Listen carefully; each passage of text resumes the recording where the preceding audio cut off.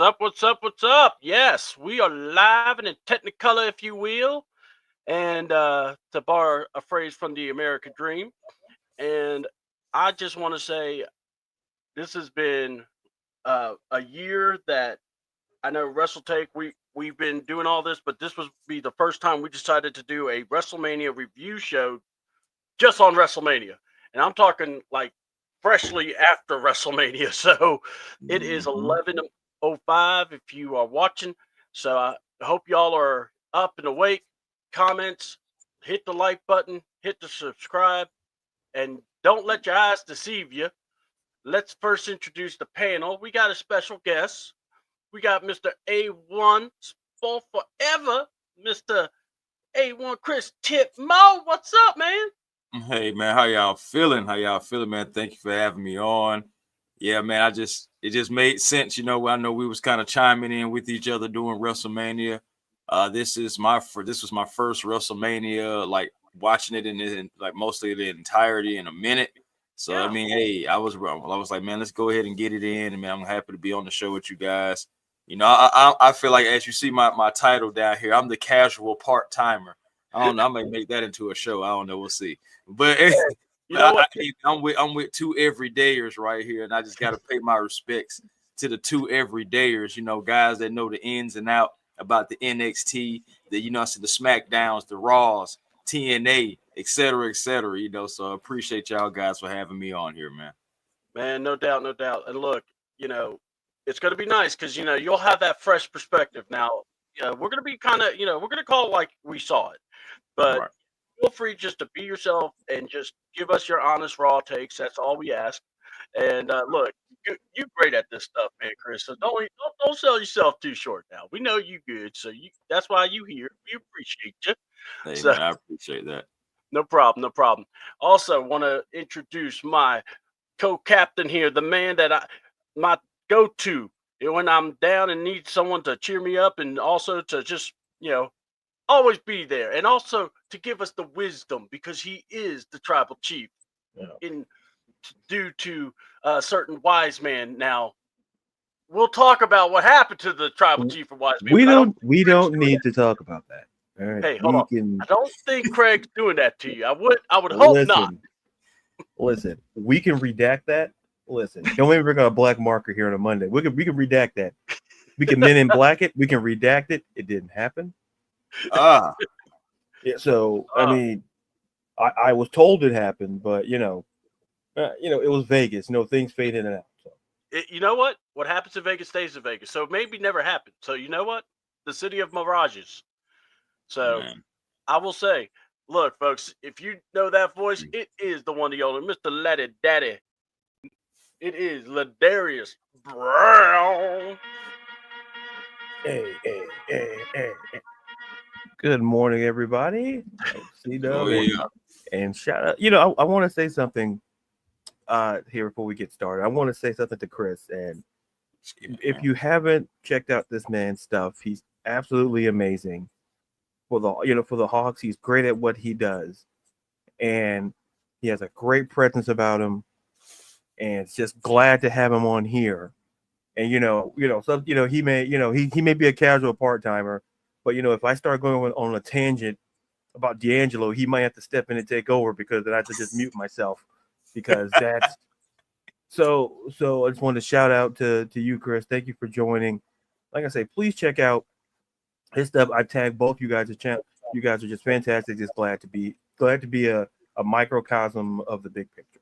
No, man. Thank you again, Ladarius, man. Appreciate those words. And hey, man, like I said, let's get into this, man, because we have a lot to talk about. Oh yeah.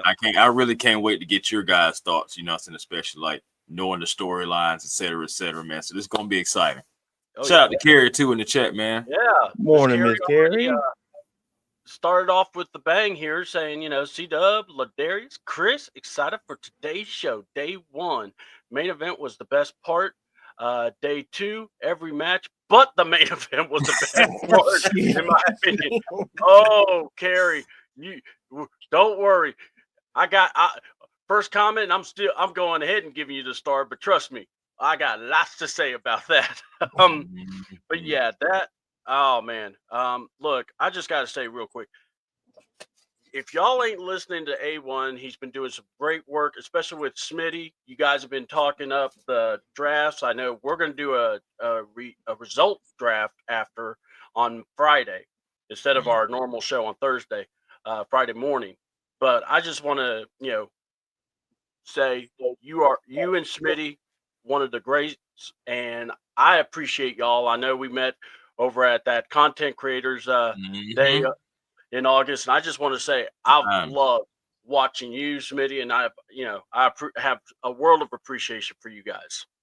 Hey man, I appreciate that again, man. Hey, no problem. All right, let's get into it. Wrestle 41. It started Saturday. Now, we're gonna go over the card, but let's also just ask. So obviously, a lot of people are saying day 2 is better than day 9. So I'm not really gonna ask the question there. But what was your favorite for each of y'all? What was your favorite match?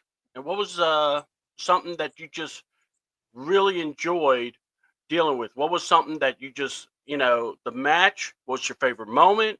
And let's see, I'm trying to think. Your favorite match, favorite moment, and hell, who had the best gear?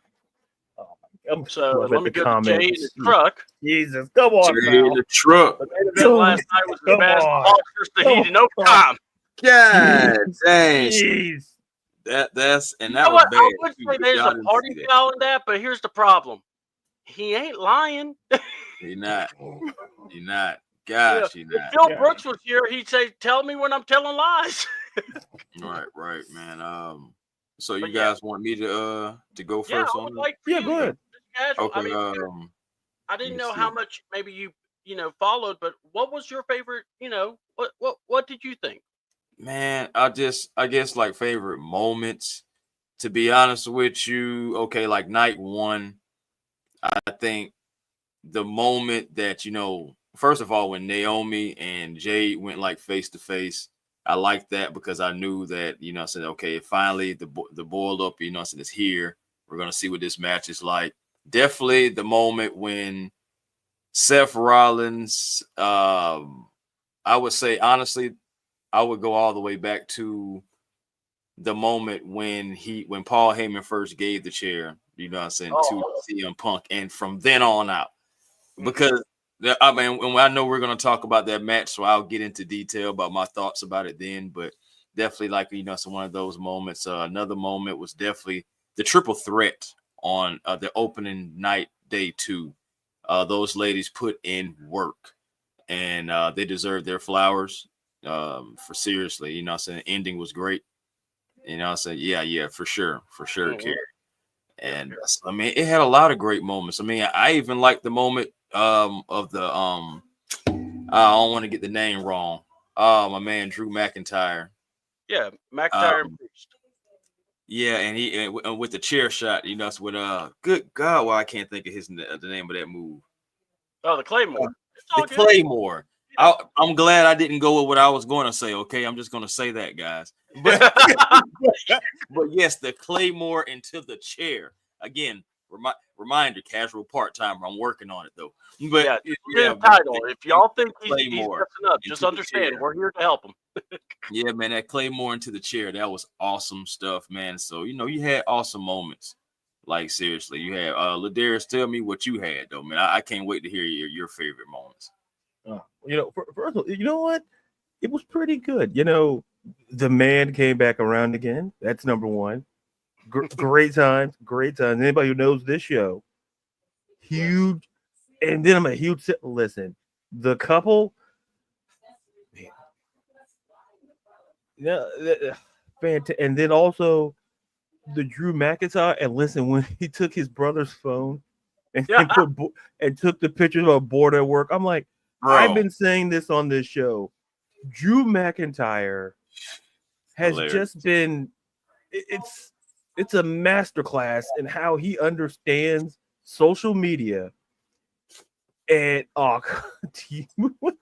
yeah, you know what? As someone whose favorite all-time wrestler is The Undertaker, Jay ain't right.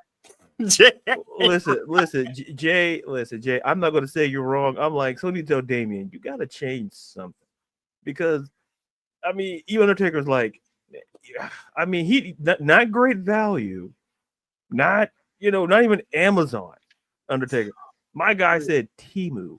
Like, Yeah, like, yeah. like if you go look, Y'all great stop value on is a that. little bit more respectable than Temu. Like, it's a little bit more respectable. It's like, oh, what difference between great value bread and getting, some actual listen. Yeah, the bread may fall apart, but it's still a sandwich. See with Temu, it's like, yeah, is it the Sorry, same y'all. thing? I can't get Temu Taker out my head. It's like I'm gonna listen. If I see some Temu Taker merch, oh yeah, Damien Priest, like, listen, Goodness. is that who I really am? Yeah. I'm talking about Yeah, Damien the South of Truck Heaven, downtown. choke slam. Yeah, buddy, you're even copying the move set. Did you not walk across? Did you not steal the man's move? You're not helping your case, Damien. I mean, that is the reason why he got pushed off the road. Well, we'll talk about that later. Yeah, but anyway, but those are my and then just shout out to Stand and Deliver as well. Stand and Deliver was fantastic. That women's fatal 4-way, for the NXT Women's Championship and even the ladder match for the North American Championship was just absolutely amazing. And it goes to Jesus. You know it's Man, bad when Gary man. even joins in. Listen, hey Damien Priest, if you're watching, look, I'm just a guy trying to talk to try to cover the truth, but there's only so much I can do. But listen, if they would have said great value, I could have defended you. Temu, I simply can't. Listen, you go to the Temu site. Hey man, look at that Undertaker doll. That's really Damien Priest. Oh. How much is it cheaper? I want an Undertaker shirt. Just get a Damien Priest shirt. There you go. I ain't gonna be able to hear or see nothing else. Every time I see Damien, he gonna be Temu Taker. That is crazy, bro. And here he comes to the ring from San Jose. The rock star. Oh wow, Taker looks great. I didn't know Taker had a rock band. Oh no. I didn't know Taker do Slayer. That's Damien Priest. No, seriously, who is that? That's not Taker. Like, is it Halloween or like that's oh. Hey man, the man idolized Taker, and it was someone else he idolized too. He idolized Taker. Yeah, right. Or Scott. Man, he should have idolized the Godfather at this point. Been a little bit more cooler. Well, someone else got that gimmick. Wait, who? Oh yeah. Like, the guy that would you rather idolize the Taker or the Godfather? Like, just let's think about your morals and let's think about that. So let's, hey, that's the moral podcast question of the day. Would you rather immortalize the Godfather or the Undertaker? So leave your thoughts in the comments, and I like that. And back to you in the studio. That's interesting. All right, my favorite moments. For night one, because there was some good stuff in night one. I'm not gonna totally dismay that one. I thought Jade and Naomi having that one-on-one match wasn't for a title. I thought they deserved that moment. I think it was a big moment for women's wrestling also. So that's why I still love that. Mm-hmm. Jey Uso finally getting the title, getting that moment. Yeah. I think was amazing. And when you can feature a mariachi band wearing El Grande Americano mask. What was? All I could say is this. It was good stuff. Yes. I wish Chad Gable could have saw it. That's all I mean. If Chad Gable was there, he's someone who would definitely appreciate that moment. I mean, I heard he was in the building, but no one could find him. But they say he was closer than we think. But it's like I heard the same thing about Clark Kent and Superman. You never, one is always close by. You never see him in the same room. It's one of life's great mysteries. It's like, man, we talked. So we're saying moments. I think the CM Punk entrance, where they did that video of him young to now, and he's saying the same thing. That was dope. Loved hearing the fire still burns. That to me, I love that song. That's one of the coolest songs I remember hearing. Night 2, man, come on, that triple threat match with Rhea, Bianca, and Io. I mean, they put out basically a statement, basically saying, this is the main event. I mean, come on, Joe Henry. I know a lot of people were stunned. I know some people trying to be like, oh, well, they shouldn't, oh, what a way to bear. No. Yeah, how You got you gonna bury a TNA guy on a? You know what? I never understood that. How you gonna bury how you gonna bury a TNA world champion? I mean, on I a know WWE, trying, but let's just put it this way: Michael Cole and Pat were doing their damnness to try to literally have me jump through the screen to try to rip him out of the commentary, because they were annoying the hell out of me. But yeah, when because what was it? He was doing the wave, and Michael Cole goes, "Yeah," and the fan, he took NXT by storm somehow, and I'm going, "You are burying NXT? Don't you dare do that!" That man. So yeah, I just liked how that happened. I like another moment, but it wasn't even on the card.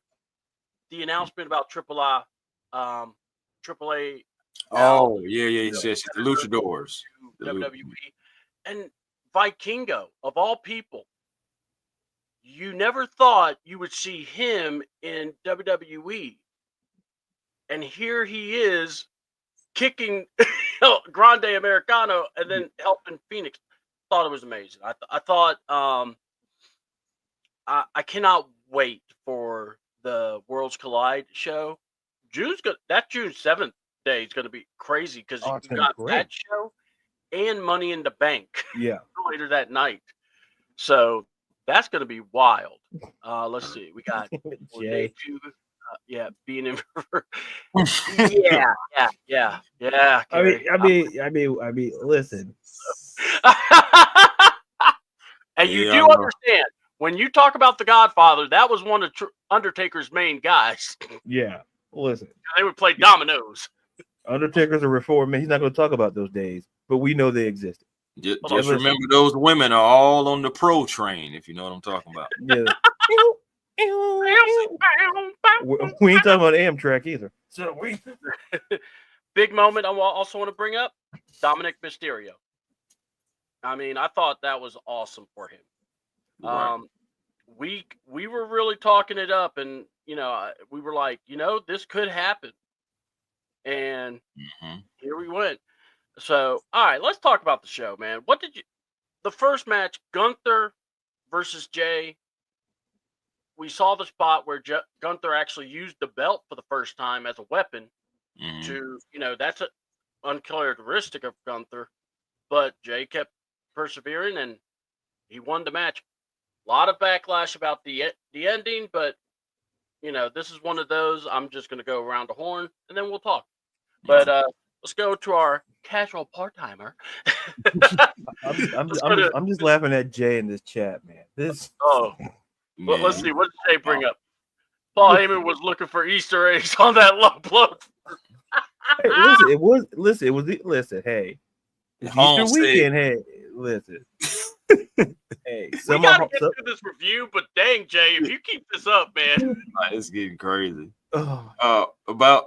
So now the Jey Uso match. I know for me, I did come in a little late, but I did catch. I thought he was going to end up hitting 4 splashes from the top or something like that. I didn't know what he was going to do. I was like, is he full out going Jacob Fatu here? Like is he going Big Bronson Reed here? Like, it's just like, and so it was cool for Jay to do that. The ending, I did not expect that. I was like, y'all like Gunther tap?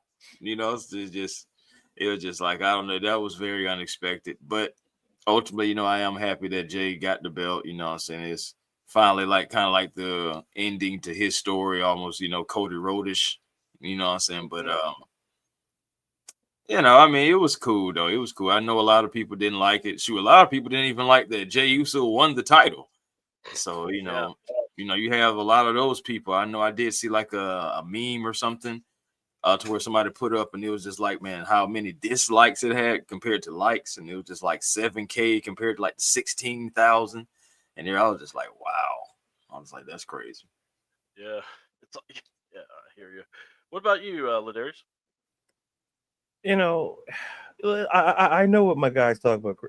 Like, here's the thing: people already went into this match not liking Jey Uso, and so to me, they didn't understand the concept of storytelling. And somebody else posted this. I think people, they looked at Jay as just the yeet. Like, that's all he is. He's just the yeet.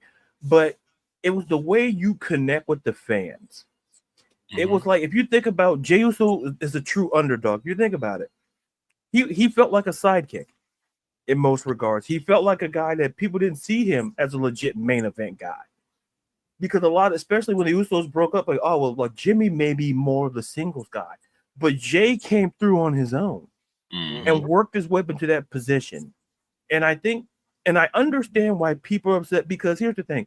If it was anybody else but Gunther whom he beat, I feel like we wouldn't be having the conversation.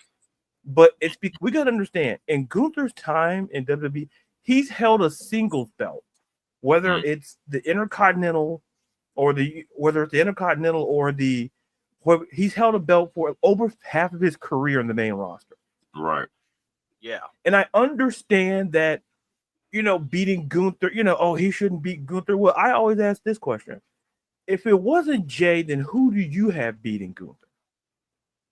And yet when I put the question out there, I like the song says, all I hear is crickets. I don't hear people responding back. Jey Uso was the perfect guy. And the build picked up, I would say, like the last month or so. Because when it first came out the gate, it was more about the yeeting and more about but when it got to the brass tacks, like the last, I would say, month or so, it felt different. And it felt different when Gunther went after Jimmy. And Jay had to see his brother get attacked by Gunther. That was a light switch moment. And that, to me, changed the dynamic of how this feud was. Because really, it was just basically Gunther coming out, attacking Jay attacking Gunther. Like, yeah, that works. And even the mic stuff was okay. But it was that moment where it was like a game changer. Right. And then the moment where you felt it was genuine, like after the match, Jimmy was right there in the ring waiting on his brother. Like, it's one of those moments where if you have a sibling or someone that you grew up with, who's seen the path and been with you on that journey, it was different. And for Jimmy and Jay to connect on that level, on the biggest stage, not just in WWE, but arguably in all of professional wrestling, people watching around the world seeing that made a difference.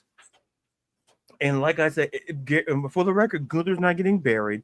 Gunther could take time off, and I'd be fine with that.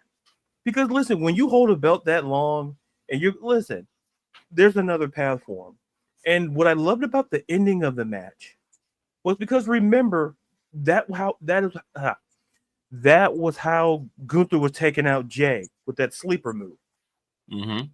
Raw after Raw after Raw, and it was just ironic that that's the way Gunther lost his title. Wrestling storytelling, that's how you do it. Storytelling is just about much as in the ring as it is out of the ring. So it was very enjoyable having that moment with the crowd as well. It's for people who don't like it. My job is not to convince you, because especially if your mind is already predetermined. That's because if you're not willing to open the mind here, I can't help you. So if you already set on your feelings about Jay, I'm not going to try to convince you.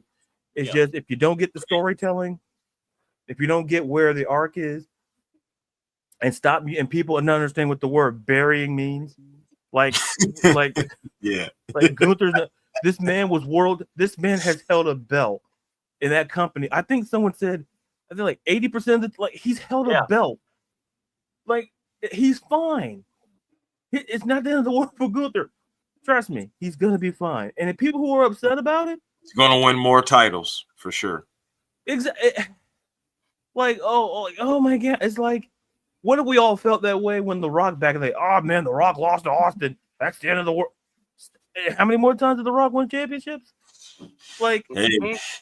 I see, but the thing about it is, though, I will combat that a little bit. That was Austin versus The Rock. You know, so this is Gunther versus Jay, and you know they but my thing is, but the thing is, and I see your point, but my thing is that we all knew that The Rock was going to get the belt back at some point in that little feud between Rock and Austin. See, people feel that Gunther can't beat Jay. Yes, he can. Listen, there's a thing called SummerSlam. There's backlash. There's pay-per-view. If you want to run it back, like Chris makes a great point. I'm going to take up too much time here, but like he makes a great point. You know, because Rock and Austin, I'm not trying to put on the level of like Gunther and Jay, but it's like when your favorite wrestler loses the belt, they're gonna win it again. Like let's pump. Like Gunther's not gonna be a one-time heavyweight champion. Okay, so the future is still there. Like I said, it was a great match, storytelling on display. I love how it kicked off the whole thing as well. CDouble. I'm just gonna kind of agree. I mean, to me, the match was great. I thought, well, not all time great, but it was good because Jay got the moment, and that's what it was about. And we said that. All right, I'm gonna hit these comments, and then I'm gonna go in detail what I'm saying. Was glad to see Dirty Dom. He deserved it. Yep. Prediction: how much money that fan's gonna get for Austin before really hitting barricade. Man, that was more. Hold on. The finger poke of Doom had more contact than she did. Anyway, well, listen. I'm not saying flopping was involved, but I'm not gonna. I mean, I don't know how ATB can hit. You know, I'm not a scientist. Yeah, so, yeah. I don't know, man. I don't know. And Darius. And then we got. Did you see that with Dom? There was a similar incident where someone got hit where he was in the cart. And somebody, after the show, Oh wow! I'm like, folks, if you see a moving vehicle, like, get out of the way. Like, would you stand in the middle of a highway? Like, come on, like, no, stop. People are trying to look for a chick anyway. Like, exactly. It's like you're going out of your way to get hit. Listen, I'm trying to get me something to eat. I'm not trying to get hit by no traffic. I'm sorry. Yep. Oh, let's see here. We also have. I was surprised Rock didn't make an inch. Yeah, we'll talk about that in a bit. I think Gunther was hurt after that third splash. I don't know. Gunther sells really well. My thing is this. The only thing I kind of was looking at was I just want a little more fight from Gunther. And that's what didn't happen. So that's kind of why I'm like, all right, that's cool. That'll do. So it basically was the moment, and that's all you were trying to do was just have a moment. So, and that's all I think they were doing. They gave it to him. They have him, they basically got him through, got everything done, no problem. Right. For Jay, and I love that Jimmy was there because I said that would be the best thing to be for him to be right there for his brother. I thought that was together. Lovely stuff, man. You absolutely love it. So, guys, give me stars. 5 being the highest. Oh God. You know what, CW, you go. You're the big stars guy. I'm a look. I'm a numbers guy. You're the stars guy. So Yeah, I'm not a big Dave Meltzer guy. I'll give it we never said it was based on Dave Meltzer. That existed before he existed. You're right. Right. Listen, I'm not. Hold on. I got you. So I got you. I'm gonna give it about 2.5 Coke Zero cans. Okay. What did you Coke? What? Coke yeah, my favorite drink, Coke Zero. So, I know Coke Zero. Oh, boy. Yeah. So I gotta ring it by Dr. Pepper's now. Listen, I like me some Dr. Pepper. Because you don't know if someone's. I'm gonna need both of y'all to get some water in your life.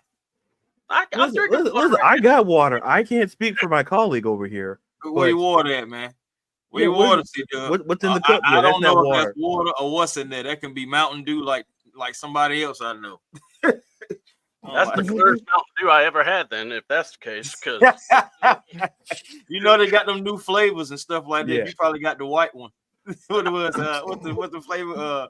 White cherry White focus. cherry. Oh, man, it's like Listen, I'm a just Baja going, Blast. "Dang, Listen, man, I didn't know about all these flavors." like the only time I really consume Mountain Dew is when I go to Taco Bell and get the Baja. That's it. Because it tastes different to me. That's like if I'm going to a store and buying, I'm like, no, thank you.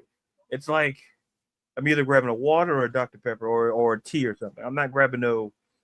Nah, you keep that Mountain Dew to yourself. I heard some things back in school, and I'm like, it's still kind of scarring me to this day. But like on the effects of Mountain Dew, like, oh, this is not true. Listen, I believed it, and guess what? I never bothered the time to research it, so I'm going to assume it's still true. But so you gave it what, 2.5 Coke Zero? Yeah, I give it about 2.5. Being modest. Yeah, that's pretty high. I know you like your Coke Zero. Yeah. Man, this is Chris bringing these great questions here. You know what? Okay, I'll give it. I'll pull up Price is Right. I'll give it 3 out of 5 Dr. Peppers. I think this match was more so about the story to be told. The match itself, it wasn't terrible, but it was more about the story with Jay. And I think that was the penultimate goal of this match, was really Jay getting his moment, like we've seen other superstars get their moment over the last couple of WrestleManias. Right. So I'll give it 3 solid Dr. Peppers. Yeah. What about you? You know, Chris, you got to rank it by soda or beverage as well. So okay, I'm going to give it a solid 3 Saratogas. Oh, yeah. There you go. Yeah, Saratogas be good. Listen, yeah, solid, solid, yeah, that feels better than ours. Like, man, that Saratoga water it's different. It's different. Oh yeah, man. I like Saratoga. You know what I'm saying? Just sometimes you gotta indulge in one of those. But yeah, you do. Yeah, I give it a solid 3. Again, Ladarius, I agree with you as far as the story and finishing the story. That's kind of like the thing. Everybody gets their story, gets their stories finished. It's been a long road for Jay, and really, when you think about it, from like you said earlier with the tag team thing to now. It's been a long time for Jay. So he's finally getting his title, World Heavyweight Championship style. But I also agree with C-Dub, too. I wish I did have a little bit more action from Gunther. Just considering the fact that he's held the belt for so long, he is a fighting champion. So it's like you would have wanted some more offense. It kind of felt like you made that the first match because you wanted to get Jay's story out the way, is what it kind of made me feel like. But still, I give it a 3 out of 5, and happy for Jay Uso. We'll see what's next. I'm interested to see who they put at him next. I'm thinking Braun Breaker, but we'll see. We'll see. I think they're gonna go. They can have a lot of different opportunities here. They really can go a lot of different directions. You're right about that, C-Dub. All right, this was. Sponsorship Palooza was next. New Day versus the War Raiders. Yeah. As I like to say, you had the Dragon Ball Z cosplayers versus guys that went to Burger King and got the BK crown. Look, Jesus. I get you trying to integrate sponsors. I get it. All right, I get it. It's not a bad thing. You're the tag team champions. And you looking like I went to Burger King a few minutes ago and got the Burger King crown. I could not. They probably grab a Whopper. Ain't nothing wrong with that. Ain't a crown no, to grab a Whopper. No, I don't have a problem with getting a Whopper. I'm a man that loves me a Whopper. But dang, I like the BK King, to be honest with you. But still. Geez. But the Baja Blast is the best. Haven't had a soda in 3 months though. Hey, congratulations, Kerry. Yeah, stay on the pack. Stay on that path, Kerry. Jay in the truck says 3 blueberry. Yes. The blueberry. Oh my god. They got blueberry. They got the black. Is it blackberry? I think it's blackberry. Wow. And they got the cream. Yeah. Oh, that's why y'all be drinking soda so much like that. Hey, that ain't right. Blueberry. Good Lord. Okay. I'm trying. You got it. All right. Chris is like, hey, mystery solved. That's what he said. Wait a minute. Regular Mountain Dew. Baja Blast. I get it. Man, Mountain right. Dew got like 8 different flavors now. That junk Yeah. crazy. Listen, some people need to like tell when you listen. I tell people this: if you're drinking Mountain Dew, let's not drink the whole case. Let's calm it down, because when it does, it'll show at some point. It's basically a coffee soda. It's like don't. I mean, the next level to that to me is like Monster. So like There you go, Kerry. Alternatives, darn it. Alternatives. That's nice. I'll still drink Coke Zero. All right. So So yeah, Look. back to what yeah, CDouble. back to your Burger King hat yeah. analogy. So look. Yeah. Please Yeah, I finish. know. Yes. Don't worry. This match kind of got harped on because people were like, okay, so, and the reason why we had a tag team triple threat TLC match set up for SmackDown. And then we had this match. So you're going, okay, so obviously that means something's going to happen. You got, either New Day's winning, maybe with the help of somebody, or, maybe, Big E shows up or somebody to cause New Day to lose. And I appreciate the laughing, Carrie. And then what's up, Miss Christy Lewis? Morning. Yes. Always appreciate the Shout out to the lady AFN. Yeah. It was cool being on their show the other day. So we were talking about a little bit of WrestleMania involved in after talking other stuff with the draft. But yeah, man, look, this match disappointed. I told Ladarius, I said this match should have been on Raw. I mean, that was one of my first thoughts. It really was. And the ending was just kind of okay. And the crowd didn't even, it's like the crowd just kind of went, okay, when's the next WrestleMania match? And someone's like, well, there's one in the ring. No, it's not. That's not a match. It's like, honestly, I felt like they were crickets. So, what did y'all think? And look, if you like it, that's cool. But please. So go ahead, Chris. This one was interesting to say the least, I guess. But I think what the moonsault. I remember the moonsault. What it was? It Ivar? Is it Ivar? Yeah, Ivar. He hit the moonsault, and I think that was good. I was surprised by the War Raiders' athletic ability.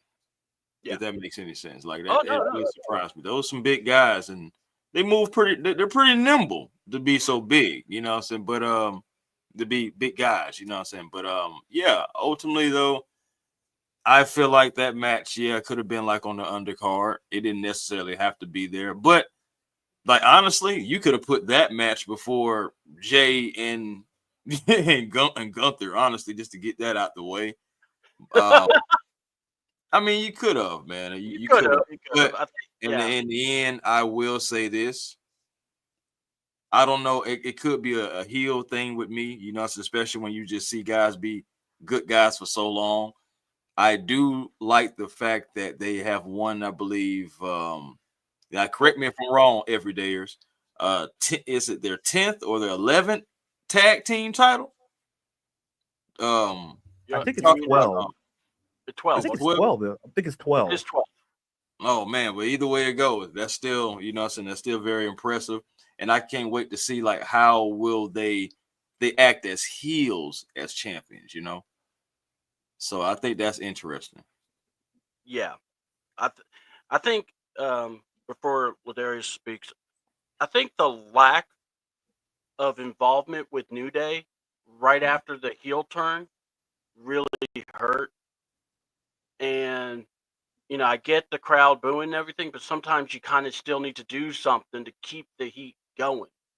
But Ladarius, what do you think? Listen, I'm going to top what CDouble said about the Raw and all. No, good luck with that.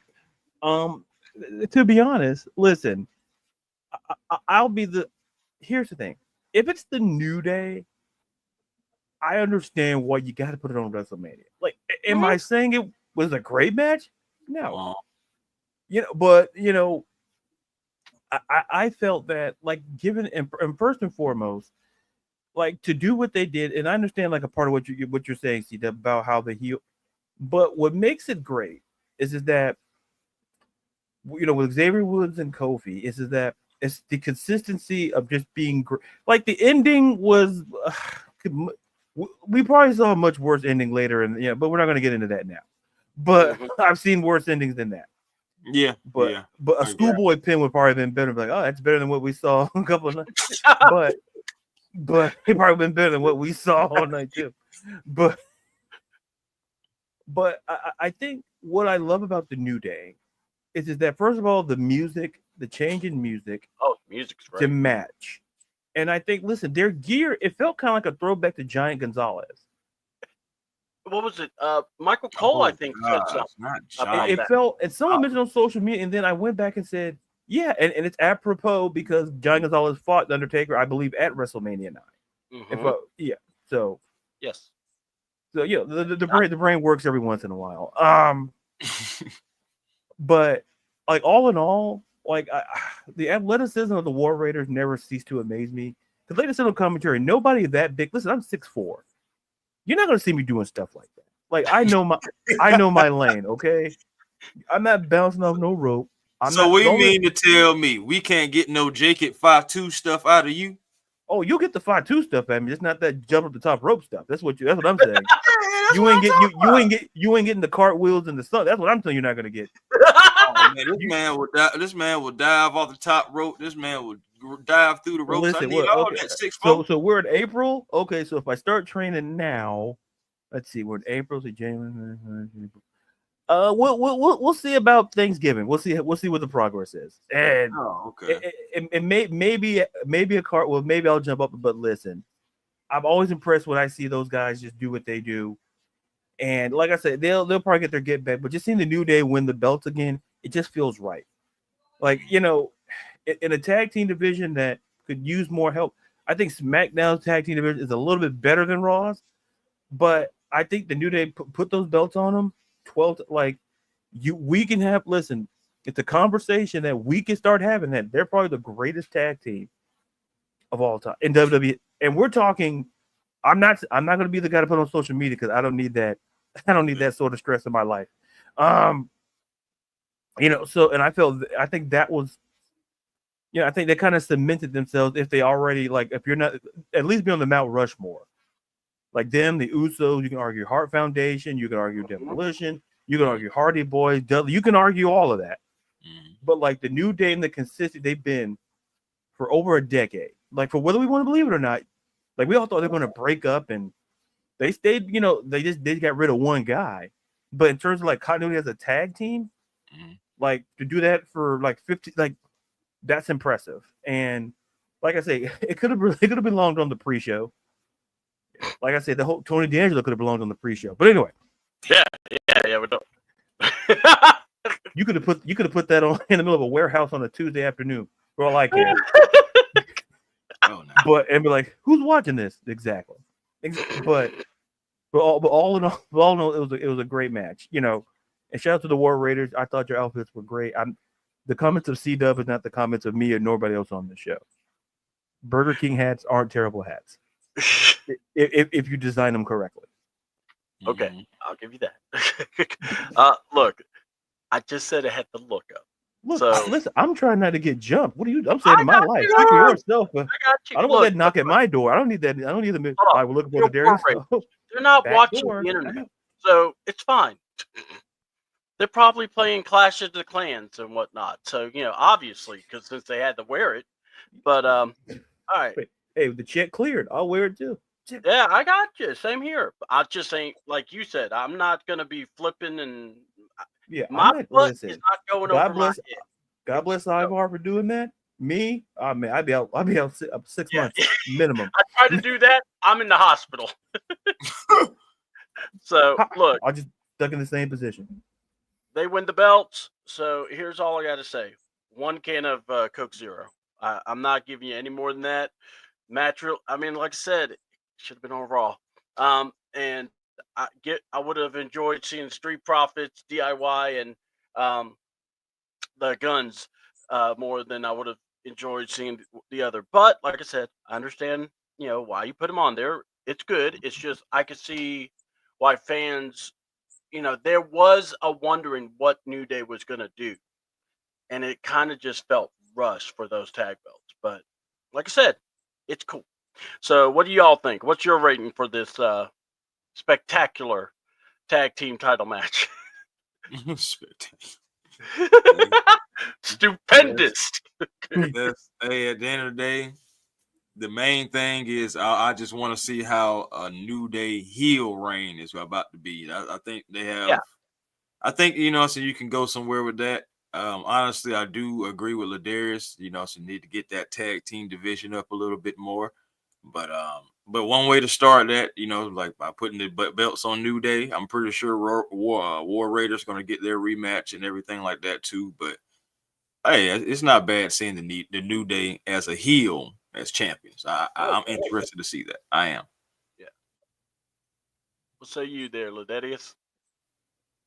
Listen, was it one Coke? My God, sir. Yeah, man, I'm a tough grader.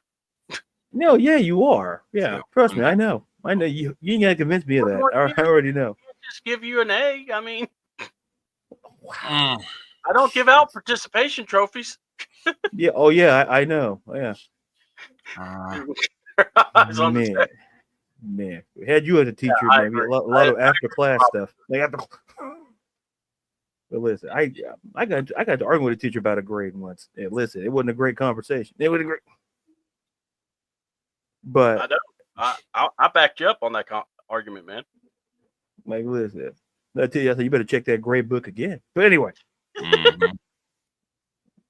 I'm gonna give it. You know what? I'm gonna give it 2 Dr. Peppers because listen, both of them brought it from and you can tell by the ending of a match if it's rushed or not. I felt that felt definitely rushed, and which is fine because listen, it's a stat card. Like even for 2 nights, you still gotta make some decisions, and a match that should be 15 minutes will probably end up being maybe 10, and so you have to kind of get an abridged version or a Temu version of the match. And someone mentioned so like I said, I'll stick with my my 2 Dr. Peppers, and like I'm like Chris, like I'm curious to see like a heel. I want to see what a heel New Day run. Because listen, it's just, but like I said, that Raw tag division just needs to get better. Because just when you compare it to SmackDown, I'd argue it's even better on NXT. I'd argue it's a little bit better there. You still got some talent down there, so you may be on something with that. So you can call up a team. Don't call up that Hank and Tank. Don't call up them. Leave them down there forever. But leave them in purgatory for all I care. But anyway, I got to give this 2 Fagos and a half of Dasani. Oh, he brought the Fago into it. Okay. Yeah, wait. What flavor? Wait, this is important. What flavor? Man, I ain't gonna lie. They got the red pop. I ain't gonna lie. Man. Oh man. I was nice to just say 1 Coke Zero. Man, no. See, if he would have said peach, it'd been like, oh, we said no peach. That means, oh man, that red pop. Listen, dear Fango, they all can't be winners. Like, got that right. Hey, Pepsi, that Pepsi Clear, they all can't be winners. All right. Fago. Wow. Yeah, man. All right. So look, next match, and I think a lot of us really enjoyed this one because of what it meant.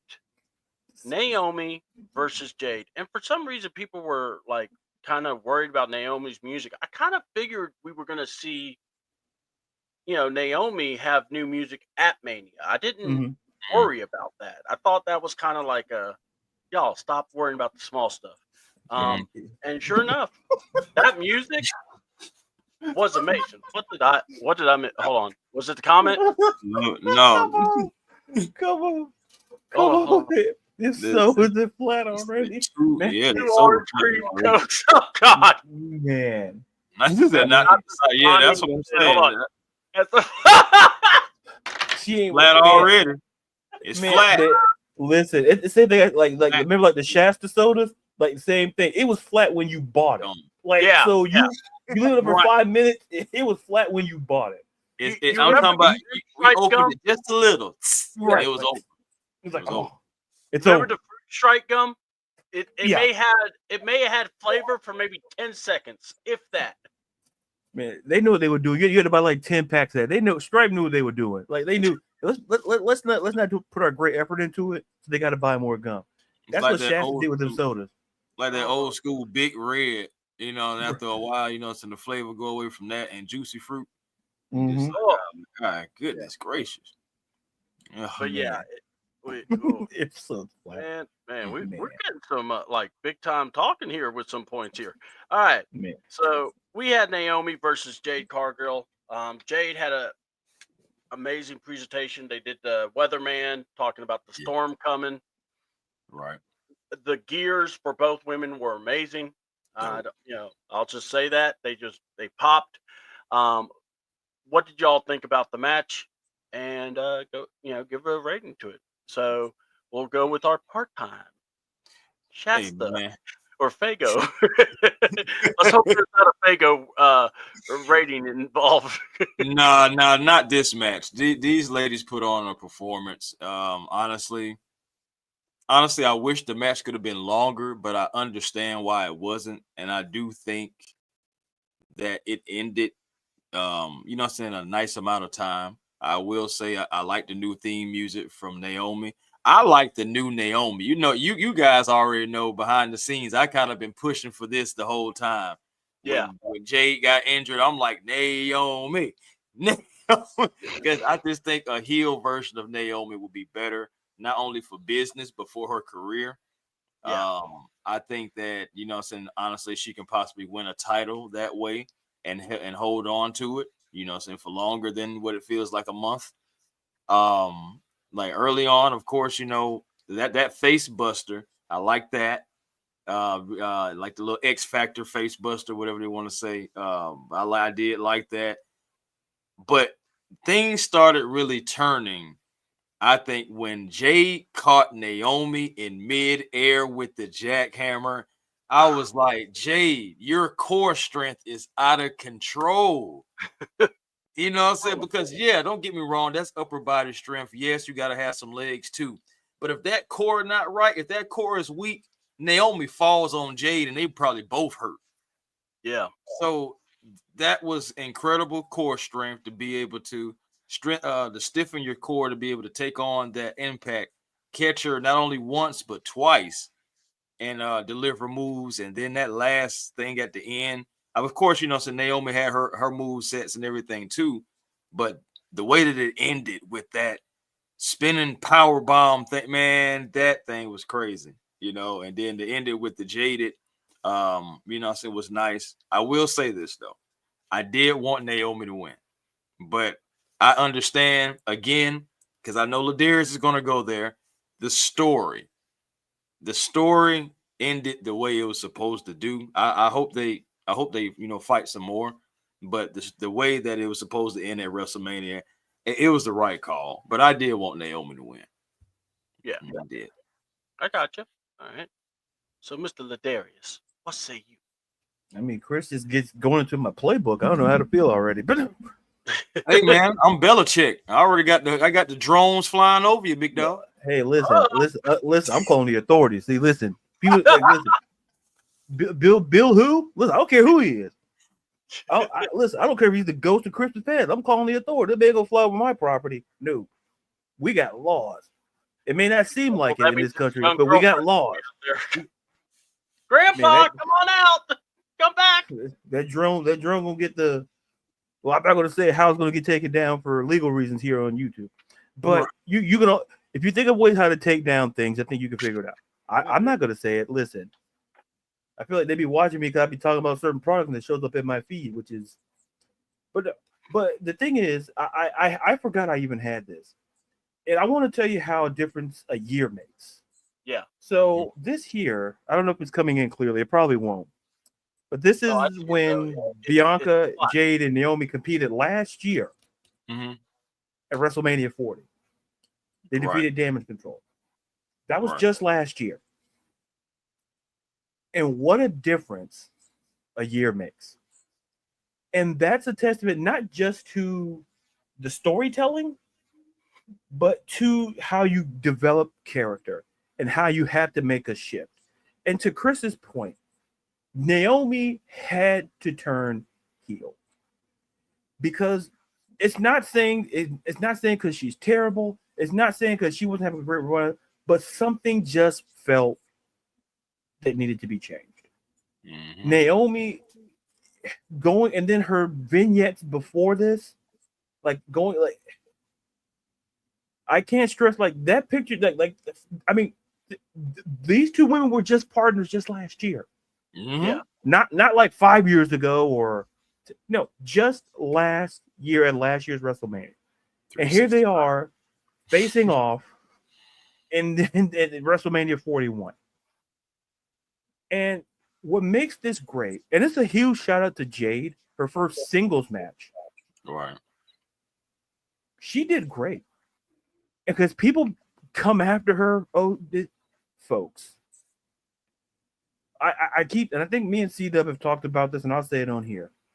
When you come from somewhere else, they do things differently.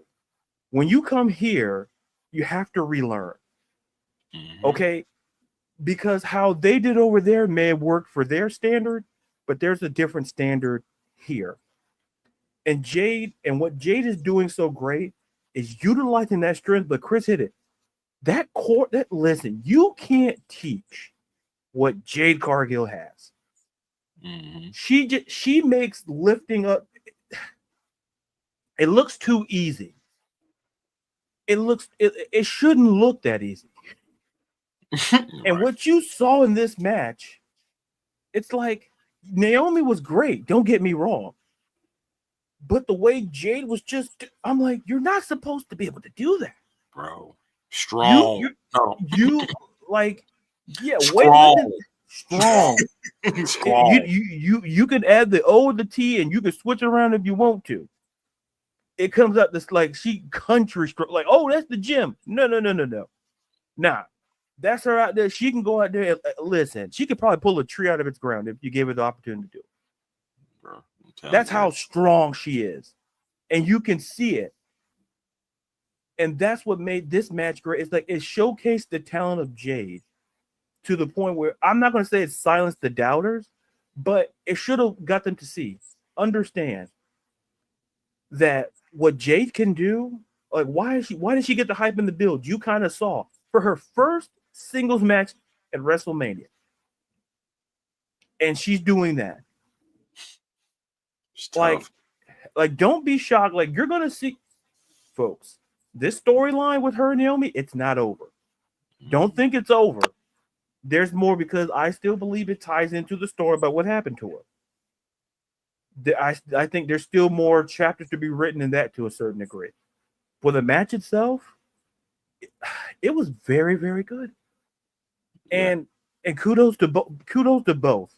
Naomi, the veteran, and Jade coming in there, just her second WrestleMania. Mm-hmm. And let's also just sorry to cut you off. Oh no, go ahead. Adding to your point, just about to add to your point about also, about Jade being, Jade being the rookie pretty much. Yeah. Or the 1 year pro, you know what I'm saying, compared to Naomi, who's had multiple appearances at WrestleMania. Right. And shout out to Naomi for her performance, you know what I'm saying, for selling, you know what I'm saying, like, you know what I'm saying, giving Jade her moments and everything like that. Yeah, that's a huge part of it. That's the huge part of it. And people don't understand, like, that's important for a veteran like Naomi to sell the moves that Jade gives, because it adds to its credibility. Like, oh man, she's really, really. And it's like, you take her out of that bubble now. Now I'm just curious to see. Like I seen Jade at that other show. I'm not going to mention the other show on this show because I don't want somebody over here to get angry. But you know who it is now. But like when I saw her there, I said, if you kind of do something right, you could do something with her. If you build her the right way, you got something, and that's what we kind of saw a little in that match. So it looks all in all, it was a great match.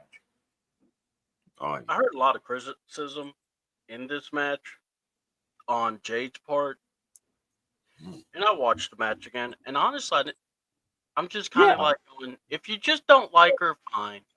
Just say it. That's what I always say. Just say you don't like somebody. Just like with Jey Uso. Just say you don't like Jay.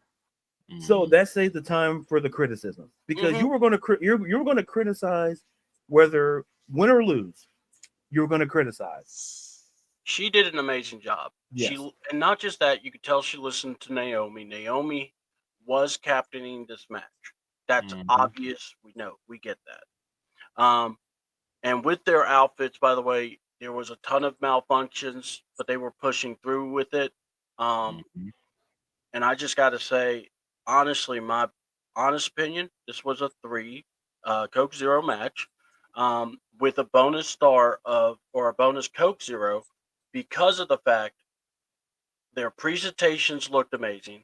But you know what? Just it's a 4 Coke Zero because it's just their presentation, the build that they had. This was the one match that actually built up and made feel. It's like this. If I tell you that they're going to wrestle a couple more times, are you going to be mad? No. So yeah. So I'm just telling you, this feud is going to continue.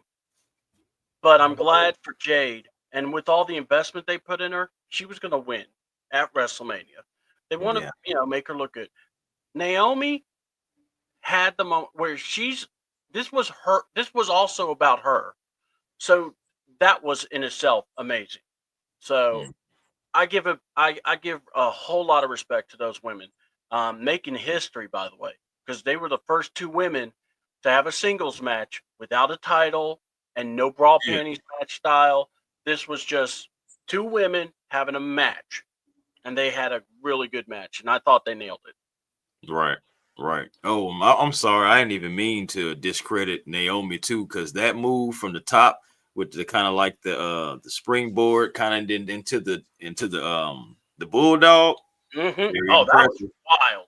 Very impressive. And and I like you guys' ratings, man. Like seriously, like for me, man, Jay had a good one with the 4 original Coke. So I'm gonna do what I'm gonna do. I'm gonna go.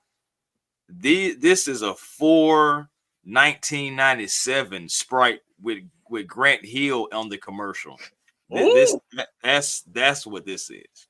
Oh, I like Great that. match by both ladies. Shout out and salute to them both. This feud, she almost became. You know what? You know what? You got a point on that. I didn't want to go as far as calling her. I got some thoughts about that Don't worry. Yeah. We're gonna talk. Don't worry. Don't worry, because I've been saying this. I've been saying some on this show about how I feel the treatment of Finn Balor. Let me tell you something.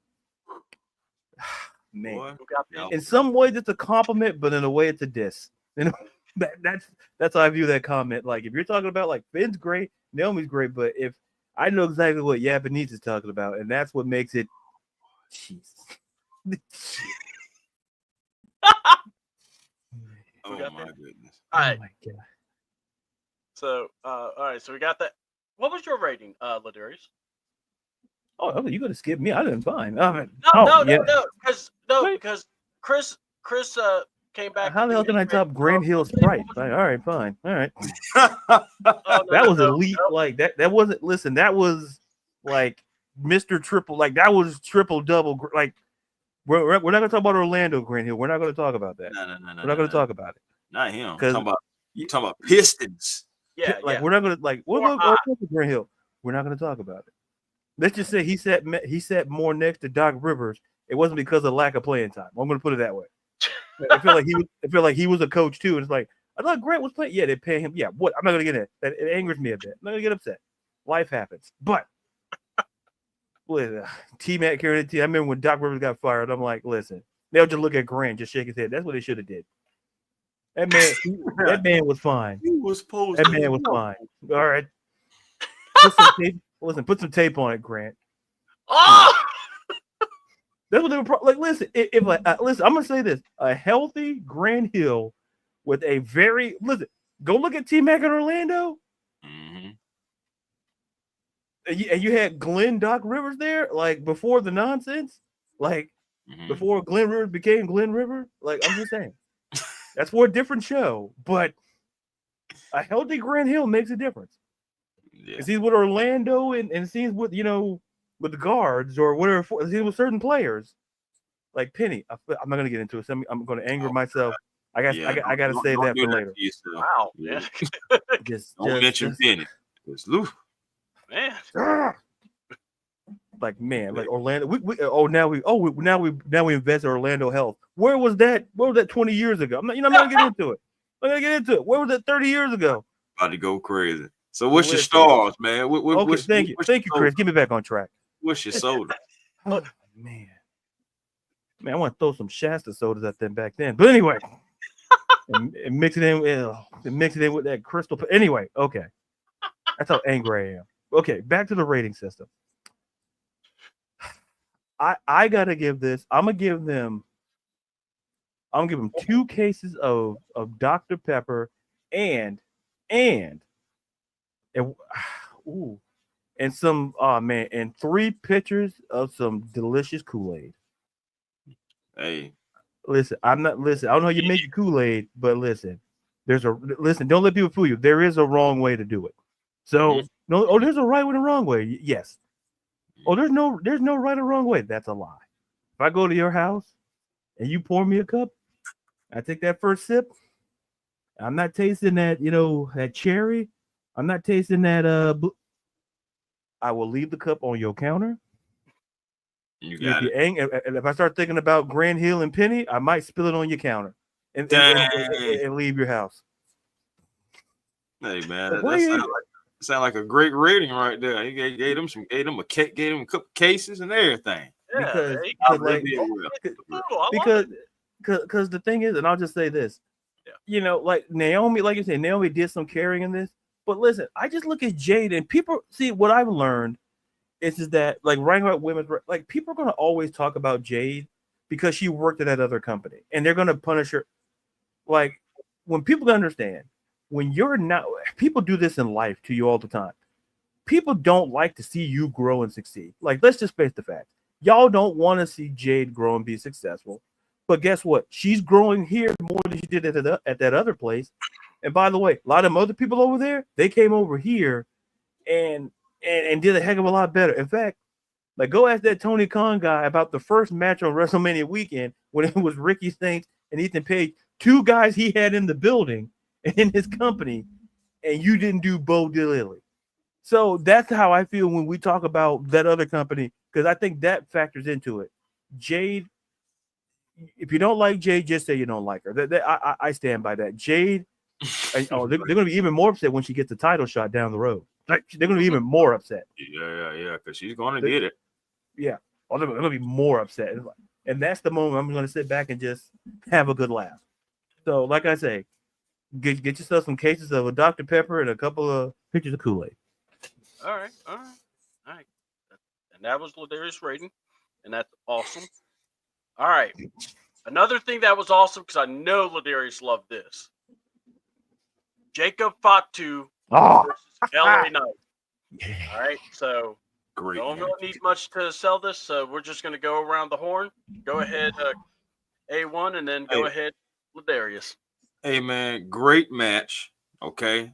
And honestly, now I know Solo is, I'm saying, pretty much the guy that is closest to Umaga, but Umaga would be so proud of Jacob Fatu just because that's the guy who he reminds me of about just being so wild and almost like indestructible, but of course, way more athletic. And I think now, so I heard, some people and seen some people like, oh man, LA Knight, again, that buried word. I don't necessarily think it's like that. Now, me, LA Knight, I'm not the biggest LA Knight fan, but I mean, he does have some ability. And him losing to Jacob Fatu, I feel like shouldn't be frowned upon. Jacob Fatu has been getting built up as a indestructible force for I don't know how long now, since he came into the WWE, honestly. So he's been building. got now he's out of Solo Sikoa's spotlight and all this stuff and everything. So he's on his own and he's able to win singles titles now. I knew it wasn't going to be too long before they put a title on Jacob Fatu because his ability again the build up, you know what I'm saying? It goes back to that story of the build up. So yes, Jacob Fatu beating LA Knight, I did not have a problem with it. I feel like those guys put on a magnificent performance. The BFT, the top rope BFT, that was cool. And I liked how, you know, so they had Jacob be smart enough and have the wherewithal to, you know, grab the rope and everything to continue the match. Everything worked well. I really like this match, and I definitely, man, if I had to put a drink on it, I guess, man, I would say I would definitely give this a 4 strawberry lemonades made with real strawberries. Oh, yeah, this is good. Go ahead, Ladarius. Ladarius like, boy, that strawberry lemonade. Let me tell you, when they ask you, "Oh, would you like?" You go to win it. "Oh, would you like?" I said, "What do you?" I'm like, "Lady, we're not messing around here. Not messing. It'll be an extra, lady. I wouldn't come through this drive-through." Whoa! And I asked for no. The lead of Hawks have fired Joe Manor Landry Field first. What? Wait a minute. Hold up. What? Did they actually listen to me? Holy crap. That's crazy. Yeah. Well, you know, kind of needed. I mean, you know, trash. Oh man. Man, about time. I did not see that coming. I'm not gonna lie to you. I did not see that coming. Damn. So now I'm wondering about. Oh man. Well, I know I got. We're gonna talk about all that later. So yeah, I got some Hawks content today, boy. My goodness. Hold on. Right.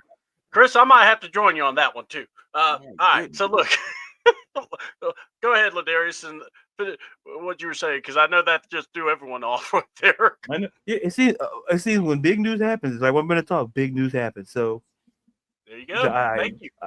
I made a call and like, listen, just fire her. Why? I need the content. You're gonna fire. Here's a family. We all got families. We all got families.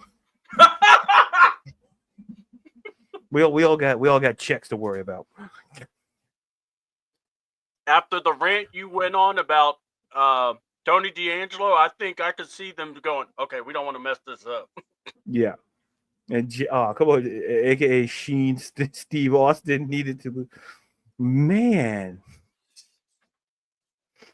Wow. Man, after the night Stone Cold had, man, that's man. We might have to think. Hey, you guys be safe out there. Proceeds to consume alcohol. Like, how you gonna tell the fans to be safe? Man, you just drove an ATV, did what you just did, and then got the nerve to talk anyway. Anyway, that's neither here nor there, or it's somewhere. But but I guess I don't know on top of the Landry Field stuff, but I'm gonna tell you like this. The minute you saw Jacob Fatu, you knew he was different. And it's just that it wasn't a matter of if, but when. To put some gold on. And I think seeing him in that little feud with Braun Strowman, I think that was just, oh my God. Just the way he was just absolutely just savage. And what we saw in this match, we talk about the BFT, but like we talk about the wherewithal, but what makes Jacob Fatu great, it's his character. It's the unpredictability of his character. And that's what makes it work. It's like you knew he kind of stood against Tama Tonga. You knew he stood out. Mm-hmm. And shout out to Solo dressing. I saw that cream colored outfit you were wearing, man. You didn't think I was. I'm like, oh, and he got the gold chain. I'm like, hey, yes. You might not be in the show, but you can be on the show. That's what Solo did. He went to the absolute moment to the end of the before Jacob started walking down. I got right, and I didn't even see the shoes. I bet you the shoes was even better. But back to the point. Listen, I just absolutely love Jacob Fatu. Strap a belt to this man. Give him a feud. I'm curious to see who he's going to feud against. There's a few names wrestling in the back of my head, but I want to see what's next for him because when I look at him, that man screamed champion when he first made his debut in this company because he was different. It's just like this. It's like when you're in a boy band or in a group, you can tell who the lead is going to. You can tell who they want to be the breakout. Mm-hmm. And I always talk about the boy band theory or these groups that are formed. Some of these groups were formed for one person or two to maybe to be the star. I'm like, go look at NSYNC. Go look at Backstreet Boys. Look how they were built. And I think they were built as a unit to be strong, but someone's supposed to be the breakout, and I think Jacob B being the breakout. And listen, let me tell you something. It's going to be all of my rating, all of whatever Jacob Fatu drinks before he gets in that ring. Because listen, that man ain't drinking no water. He ain't drinking no Gatorade. That man's drinking some Monster or something. So it's basically unlimited amount of whatever Jacob Fatu consumes before he gets into a wrestling ring. That's my rating. I'm looking at Chris here. He's still.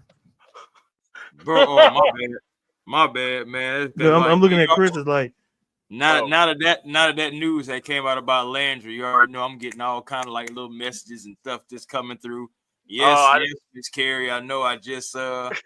I know RJ dropped the news to me too, man. Yes, no more Landry. Well, folks, I'll leave the show when this we'll just transition to the Hawk show. Oh no, if anything, it'll be me leaving, but I'm definitely gonna hang in with you guys, still talk about at least night one. I'm probably going to have to go. Oh no. And you guys can catch me at the Chuckle Hut Club, April 25th to the 28th, and bring a friend. All right, folks, we'll see you next time. All right. No, someone just did a dang tweet, and I'll talk about it when that match comes up. But anyway, the Logan Paul match. Anyway, oh my God, oh wow. All right, so let's talk about it. We got, like I said, give us a little time, Jay. We'll talk about it in a bit. I got to find my place here. All right, so Jacob Fatu, awesome moment. He wins it. I love that Haku was out there. Oh man, that hit me. Yeah, because that's the most dangerous man in all of the land. If you don't know, trust me, there's stories about how he could hurt people. But we've been he's been one of those that's just my God. And Jacob getting this opportunity, man, this man did it all himself because he wasn't even there last year. Yeah. So this is less than a year, and he gets this moment. So, and look, LA Knight, the fans are over. It wasn't like the fans totally turned their back on LA Knight. They were cheering for him too. So we'll see LA Knight around. It's not like he's gonna be pushed down the pole. But I think they see a lot of money in Fatu, and they want to push him as far as they can go. And I might actually give him about 4 Coke Zeros because. And like you said, this man can drink whatever he wants. He don't need to have right. No work. Listen, whatever Jacob got, listen, just that's But this man, like I said, I enjoy him. I love his promo work. I don't know what's next, but I say buckle up and watch because it's going to be one of those. He's going to really put a lot of show on for people. So let's talk about. Let's see, where were we? Got that. Yep. Come on. Oh boy. Rey Fenix, El Grande, and Mexicano. Now here's the deal. This match was rough to watch because here's why. You could tell these guys didn't have no time to prep or anything. They had to come up with a lot of stuff on the fly. So this is how I'm going to say it. The positives. Rey Fenix wrestled at WrestleMania. We didn't think that was going to happen a few months ago, let alone a year. He escaped out of Guantanamo Bay, and it must have killed a certain someone to see that Rey Fenix in a WrestleMania entrance. Mm-hmm. But if you're going to make an entrance and you want it to be memorable, you get the mariachi band wearing your mask. My God. All I got to say is this gets 5 Mexican sodas that you get at the Mexican grocery stores, the little bottle ones, all right? But still, it still gets 5 because this was a true luchador versus luchador. Omos versus Ray Phoenix. And by the way, Kingo doing the kick on him was hilarious. And then I thought this was a fun match. Texas or call him Texas, but American Grande Americano. El Grande The Americano. Americano. You're doing By the way, great, man. the You're doing voice great. over work was beautiful. I really felt that was his natural voice. I was listening to that thing like, you can't be serious. Oh, I know. So, no, but in a good way, it was good though. Yeah, it was good. It was just. Oh, I hear you. So go ahead. Let's pass. I was about to say, let's pass the buck around. So here we go. What? I don't know what's going on anymore. Look, hold on, real quick. I'll read these real quick. Hold on. Someone's asking questions about basketball. Look, it is what it is. What's next for Roman, Jay, and Jacob? Got belts now. We'll discuss that after the Roman 3-way. Perk Gable, I don't even know who you're talking about because it's obviously Omos. We all see. Mill. What's going on? What's up with y'all? Okay, Millie Mill. There he go. There he go. There he go. We'll talk about it later. Don't worry. A lot of us will be on the same too, probably. From the Gulf of Americano, by the way, because I still declare that's how they should say it. Like truth of consequences, New Mexico is not a real place. But anyway, actually, it is a real place. Really, you need to go there. I need to go there then. I need to take a picture of the city. And that's my contribution, folks. And then So, what's your rating? And what was your thoughts on this match? And like I said, Rey Mysterio got hurt Friday, so that's why he wasn't cleared. So obviously they went with the replacement, and they picked Rey Phoenix. So that should tell you something. What do you say, Tip? And then we'll go to Ladarius. Oh, well, first off, I did not know that Rey Phoenix and Panta are brothers. Yeah, they are. Yeah, so did not know that. Found that out at WrestleMania. So that's interesting. Both of those guys are talented.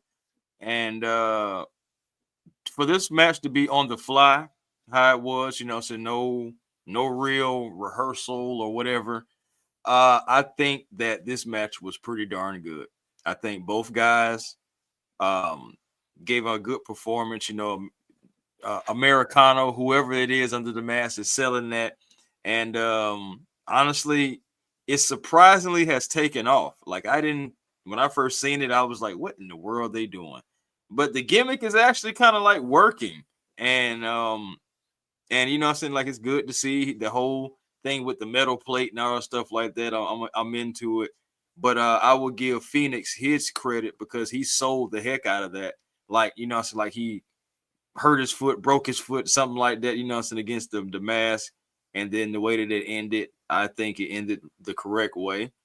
I also like the guy from the Luchador, the AAA Luchador, what is his name? Vikino. Yeah, I did like the fact that he had, in the beginning, excuse me, Americano had pushed Vikino, and he gave him like a little kick, and then so that's how the match kind of started. And, I liked all that. Honestly, I give those guys, man, I gotta give them four. I'll give them 4 Modelos. 4 Modelos. Wow. All right. I mean, just because again, it was on the fly. It just, it wasn't supposed to be these two against each other. So for them to, be able to do that and go out there and give that performance to the crowd, I enjoyed it. Okay, I did enjoy it. Americano was nice, so the whole little flipping thing he did. I didn't know what he was going to do at first, but like it was cool. It was cool. I know Jay in the truck. I know. Yes, he fought well. Yeah. Omos fought very well. I was very impressed with him. He became a luchador overnight. It's so awesome. Good things happen to good people. Go ahead, Ladarius. You really think that's anyway? Yeah. I'm just trying to process Omos, and I seen a lot of Scooby Doo in my life, and when they reveal who the bad guy is, that's like the equivalent. If they pull that mask off and I see Omos, I'm taking a 2-week hiatus from wrestling because I'm like, I don't know what to believe. Like Ultimate Warrior for real, like for real. I was seeing Millie Mill. He said his favorite wrestler was Ultimate Warrior. I'm just saying, there's not a lot of people that like Ultimate Warrior to be like one of their favorites. Yeah. So I mean, I got my reasons. I got my reasons, and look, I was a young kid. He was my favorite as a kid. I've grown up. I like other wrestlers, like Cody taught us. We can love. You're gonna really talk about Cody and use your example? Yes, I am. All right, Matlock, go run ahead. I want to see where this goes. Go ahead. So, and I just did. So that double flip. No, also you like the Warrior too. Okay. So. Like I said, it's not like I'm been alone. No, now I'm not like It's like okay, well. Listen, I'm not trying to catch no smoke. I'm just very inquisitive. Okay, I'm just asking questions. All right. I know. Is it double flip for the top rope by? That's a weird way to spell Americano. I can't understand why I spelled Gable, but anyway, it was the same. But the crowd was dead. Even the Thunderdome. Wasn't that like was that the 450? Yeah. Mm-hmm. I think people were wondering if you messed it up. Rich people shouldn't be allowed to buy tickets. Pal, you seen the prices for WWE tickets? I think that's all they can afford. Again, Americana. Yeah, that's why we saw who we saw in the front row. Like technology. It's CGI. Right. So I'm serious. hey, it's no problem, man. Hey, listen, hey. Oh, that's a good one. Oh, TJ Perkins, that's pretty. I remember back. Yeah. All right, Ladarius, please give us your thoughts on this classic luchador on luchador match. First of all, I'm so happy for El Grande. I just feel bad that Chad Gable didn't get this moment. Like, yeah, me too. If anybody deserved it, it felt like Chad Gable. Listen, for El Grande, it gave me like the Rockers vibes with like the things on the side. It kind of gave me that kind of like, but except in the singlet. So listen, first of all, the mariachi band, to find a mariachi band in Vegas, that's impressive. It just goes to show you, listen, the check cleared, they showed up, and it was fantastic. And like I was surprised about Ray Finn. I thought it would, I thought it would go like Dragon Lee or someone, someone in the LWO, which I realized still exists. I didn't know. I'm like, that's still a thing, okay. But listen, given the fact that it's super hard to do a match, and you don't have time to do it, it's kind of like the equivalent of the best equivalent I can give it, but there's still more time. It's like if you play a game on Sunday and you got to prepare for Thursday Night Football, where you have a limited time to create a playbook, essentially, and you're just 72 hours removed from playing a football game. But the difference, there's a little bit of planning there. With this was zero planning, and in wrestling that's super difficult because communication is absolutely essential. It's at its core, because if you get something wrong, botches happen, injuries could happen, and for it to come off the way that it did, it was great. And so if I rate this match, I'm gonna give it. I'm gonna give it 3 L Dr. Peppers. That's okay. For the record, it's Spanish for the Dr. Pepper. For those who didn't know. The doctor. So I just want to. Yeah, the lucha wasted. Come on, you guys need to stop. Man. What was it? Finn Balor caught some strays already, and now. Jesus, man. Oh, man. Yeah. Oh, I can't wait for that Finn Balor. Oh, I got some thoughts. It's not going to be Tony D'Angelo bad. It might be on that level, but it's not going to be great. Because at least the math was right when it comes to Finn Balor. Tony D'Angelo, listen. Driving with the crowbar is impressive. All right, let's talk about it. Oh, Okay, oh, okay. just Well, good on him. All right. Well, like I said, we'll talk about that later. Now it's time to talk about the women's world title, or the WWE women's title. Tiffany Stratton defends against the android, Charlotte Flair.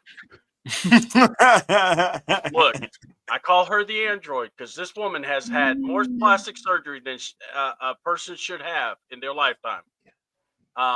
You pull up her first picture when she first debuted in wrestling, does not look the same. To the point that my boy Dutch Mantel brought pictures up and saying, "Yeah, that's not the same person. Are you sure?" Poor Dutch didn't even think that was the right woman when he slammed Andre. He was fired to me. With the right point. I don't know. I just He just fooled with him. the best thing about Warrior was the way he ran to the ring. That's what I liked. He showed energy. Yeah, I'm sorry. Like, I had to turn. he shook them rope. That rope would have broke. I'd be like, oh man, you got to stop doing that.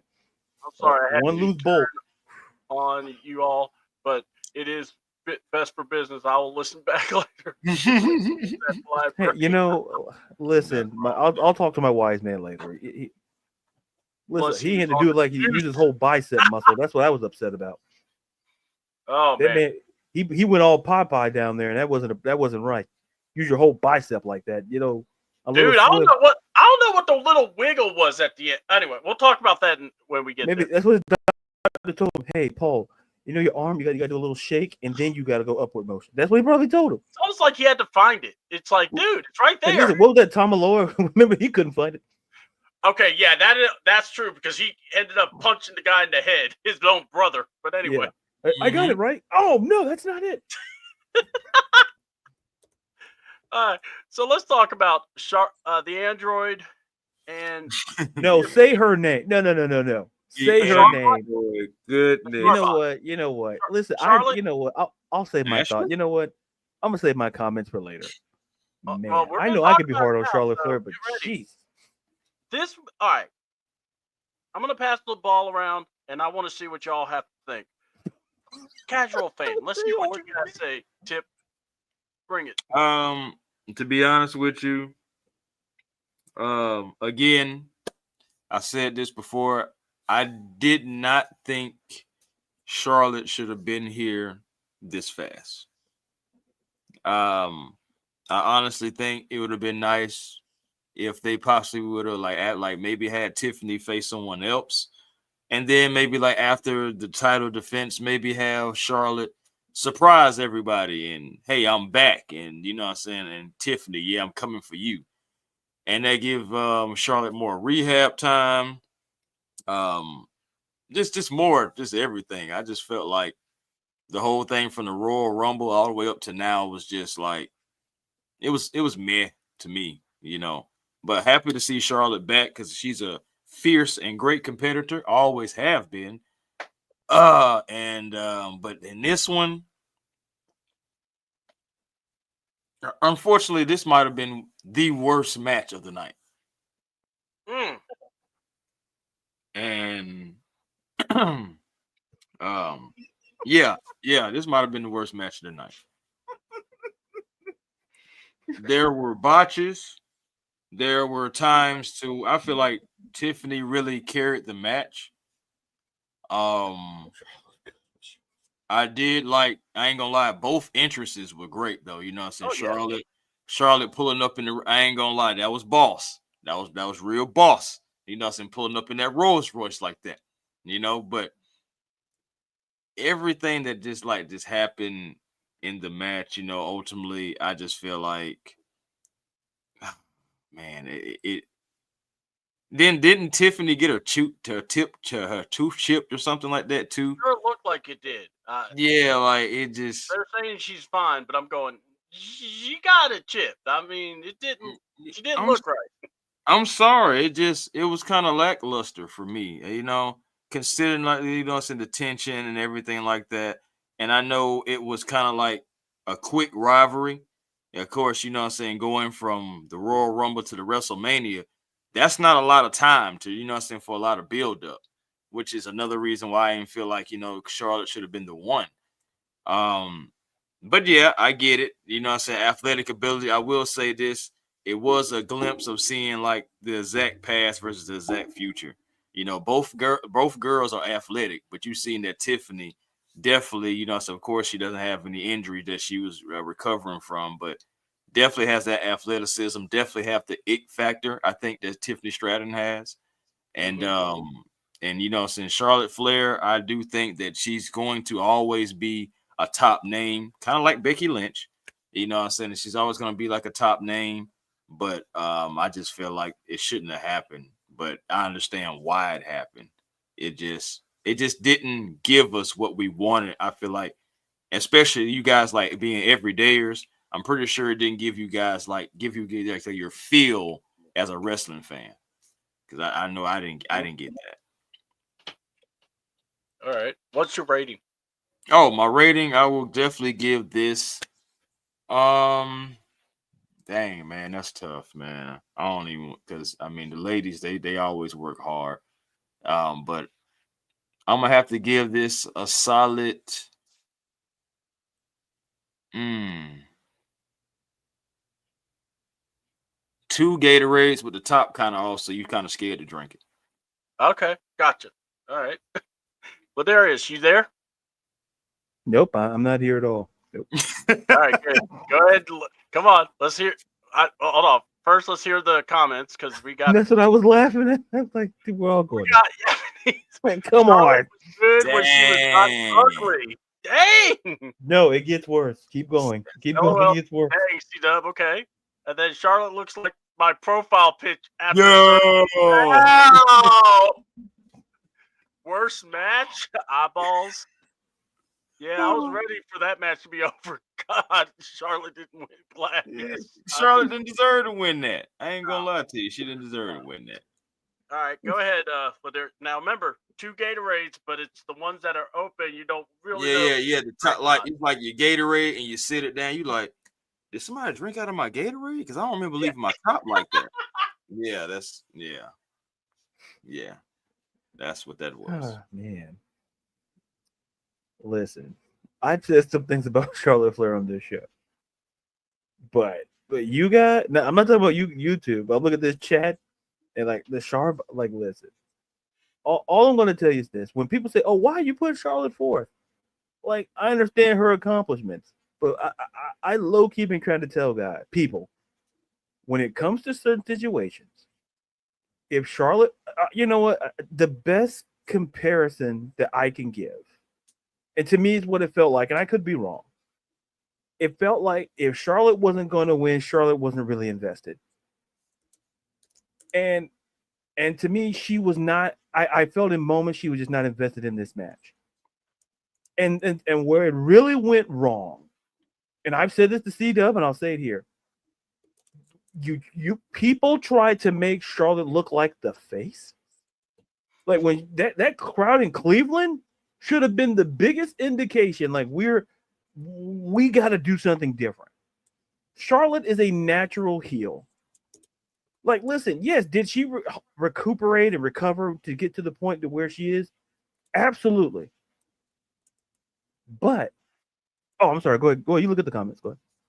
No, so apparently Cena is on the Pat McAfee show. He was going. Right? Yesterday they said he was going to be on there today. Yeah. So, and look, I got my comments on Pat McAfee. Is this an open show to the fans? Dre, don't worry. I think I have an idea what you're asking. I deserve winning women's championship. Charlotte. Boy. I don't know where Japanese came from, but boy. Japanese man. He's becoming a star. From downtown. I mean, should I keep talking or should I? Oh yeah, keep on. Keep going. Yeah, please talk, man. You're good. No, you know what? No, I'm good. No, because I want to get not doing that daily thoughts. So please keep on. You get your thoughts out, darn it. Well, if Obama, how the hell did he get in here? Man, well, yeah, but he's got in here. To be fair, I guess we don't have a guard at the door. So what am I talking about? How'd the president get in? Oh yeah, he's a good friend of mine. Yeah, he shoots like a lefty, which really pisses me off when I guard him. But anyway, I didn't know he was shooting like he was Nick Van Exel. I'm like I didn't expect that. And Nick Van Exel was a great player. So that's not a knock on the president. He's a great better basketball player than Ronald Reagan. So you all can put that in your history books. So, Oh wow. Hey, listen, I haven't seen Reagan dribble a basketball. I've seen Obama. Yeah, listen. But anyway, back to the point. Let me focus on the positive first. Okay. Because there's a lot of negative here. Yeah, he was all right. All right, Mil. He all right. He was all right. He died. He all right. Not good, not great. He all right. I mean, how did he play, man? He's all right. Yeah. Man, how you the ball, man? He's all right. No. But like, to me, I give a lot of credit to Tiffany Stratton in this match. Because, and people are like, oh, well, no, here's the thing. I argue that, Tiffany Stratton, you could argue I could argue be a WrestleMania MVP. Because it felt like in moments where it felt like that wasn't Charlotte Flair. And to say that this was Charlotte Flair's worst match, everyone's saying it, but that's not a knock on her career. It's just she's had great matches at this time of year, but something fell off. Whether it's maybe she wasn't 100% healthy, but to me, the bigger issue was this thing got off the tracks and it never got back on. In terms of it got really personal. Like, you're supposed to like the kayfabe not like each other. They legit didn't like each other. And I felt that when the lines was crossed in that promo, when Tiffany mentioned like the 0-3 in terms of Charlotte's marriages, and then Charlotte talks about, being in Ludwig Kaiser's DMs, and I'm like, man, this thing is off the rails. And my expectation for this match was that I hope Charlotte shows up. I knew Tiffany Stratton was going to show up, but I wanted to see if Charlotte Flair shows up. And quite frankly, but this match was hard to watch. And that's why I say Tiffany Stratton, she took some bumps in this match. She took some shots in this match. Yeah. But for Charlotte, my biggest concern is that, listen, we got to have that conversation that where, I think Charlotte has to have that conversation. Like, look, you might have to just step aside. Because here's the question. What's next for Charlotte after this? Off the top of my head, I can't think of what's legitimately next. Because there's supposed to be a path post WrestleMania, win, lose, or draw. What's the path? That to me was the bigger takeaway, is that Charlotte's performance was terrible. It was not great. And listen, I'm a Charlotte Flair hater, but apparently Japanese and got me beat by a mile. So, but all in all, if I had to rate this match, listen, I'll give it 2 Dr. Peppers and a prime drink somebody gave you, and you take a sip because you want to be nice, but you throw it away when that friend leaves your house. That's tough right there.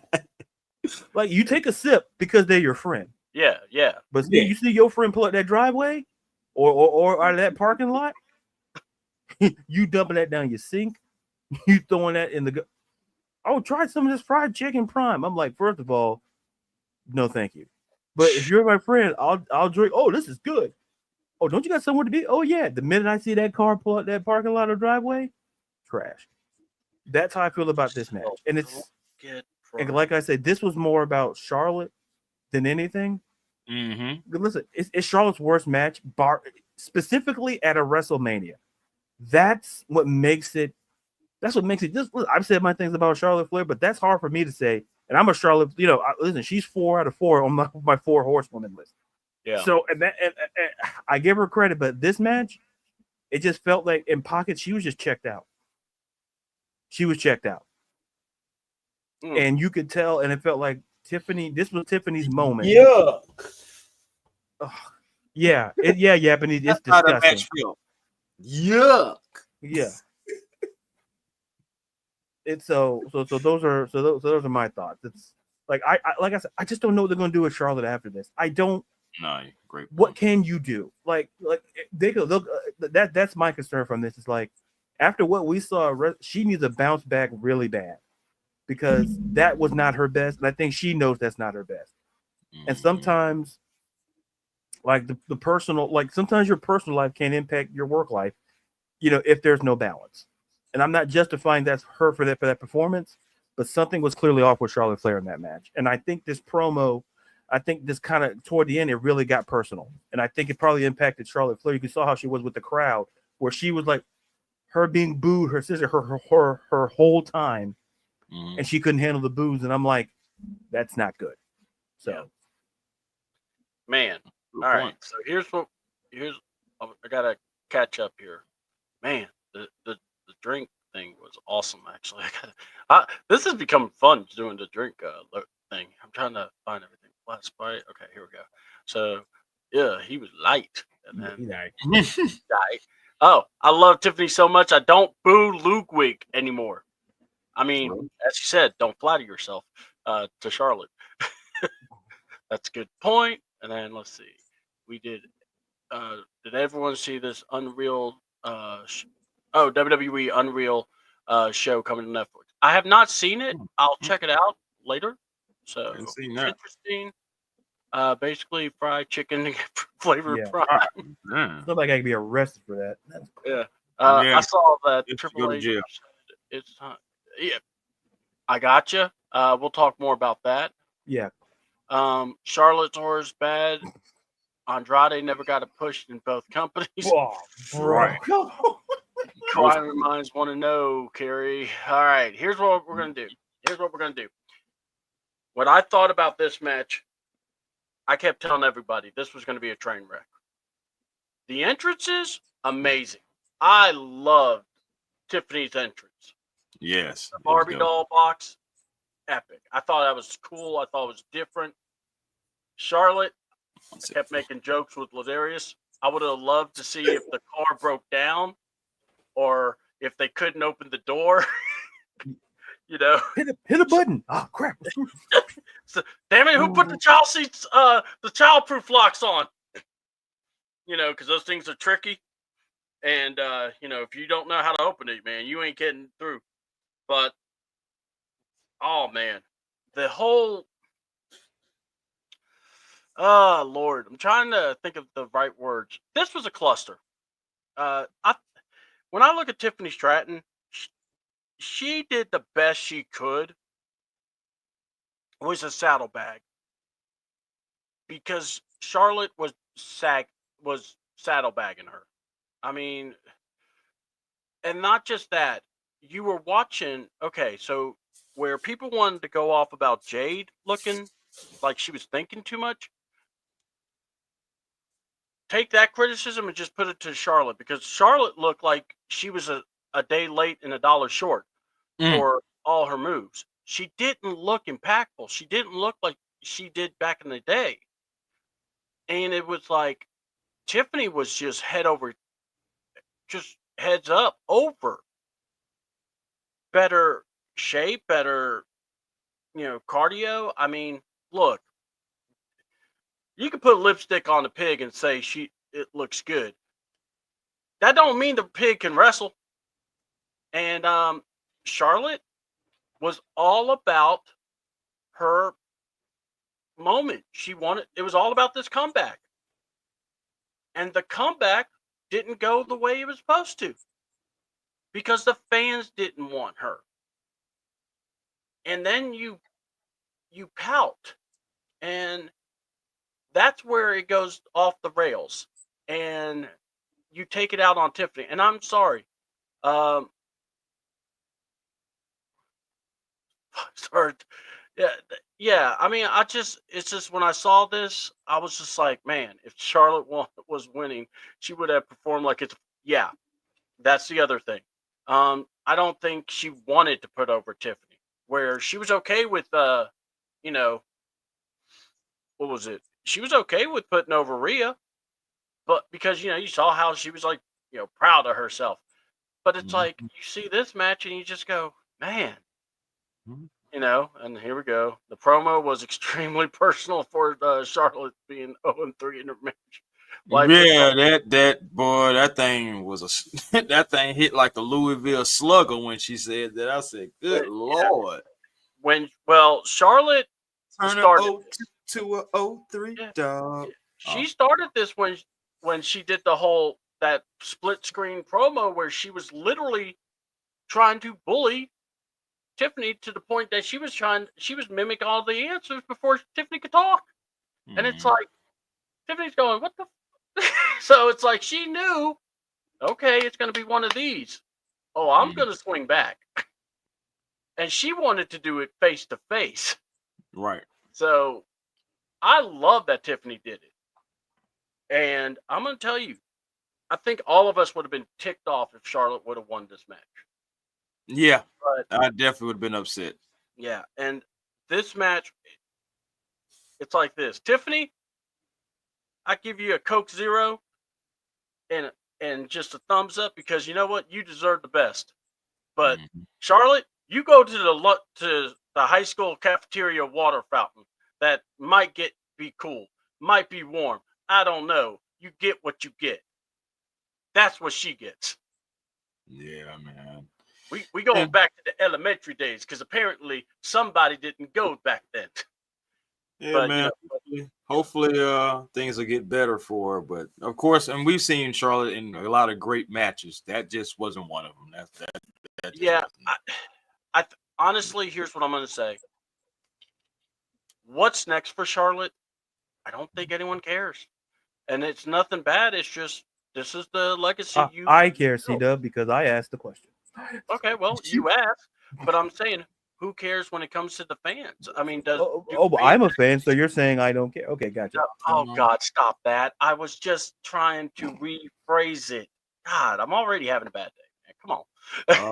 I'm thinking, oh man, because it's just like, do you put her in another title picture? It's just like, oh, absolutely no. not. She kind of got to go to like the back of the line to a degree, or maybe try to beef with Becky Lynch or something. I don't know. Like we remember what happened with the Becky Lynch stuff, folks. We all know this, right? Listen, that's somebody else. They don't legit like each other either. Like, Charlotte Flair had really no friends. Like I think that's the moral story. Right. Nah, for real. How many of us have them? Charlotte said none. So nobody likes me. I'm Charlotte Flair. I'm sorry. Go ahead. I'm sorry. Main event of WrestleMania Night 1. Oh, did you have to go, Chris? Oh no. We already went. Oh, you already? Oh no, I thought you had to. I thought you had. I was reading the. Shit! No, I'm gonna get this last match in right here, and then I'm gonna keep everything because I may come back, and I know y'all still got to talk about night 2, so I may be able to return. But yeah, I got. All right. So here's how we're gonna do it. Night 1, main event. It was Ladarius's favorite, Seth freaking Rollins.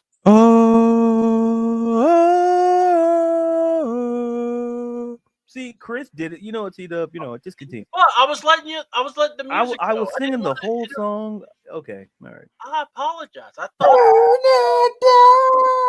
Well, anyway, I think we know what a match gonna be for WrestleMania 42 might look like. Yeah, I see it. I feel like you're spoiling for a fight. I was gonna just give you Tony D'Angelo, but dang, I didn't know it was me.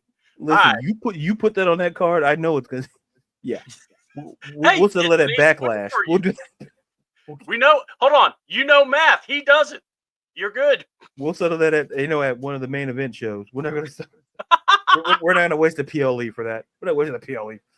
All right. So we had Seth freaking Rollins versus Roman Reigns, the Tribal Chief, versus CM Punk. I think all men's entrants were very awesome. I like the Seth Rollins gear switch after he decided to be a pyrotechnic because he was burning it down. Love the whole Roman Reigns, just the simpleness of it. It was just kind of, because it was him by himself. So it's kind of Mhm. it spoke more volumes, if anything. And then CM Punk, you heard the fire burn promo where he's from his past to his future, and it was just really cool how they did that.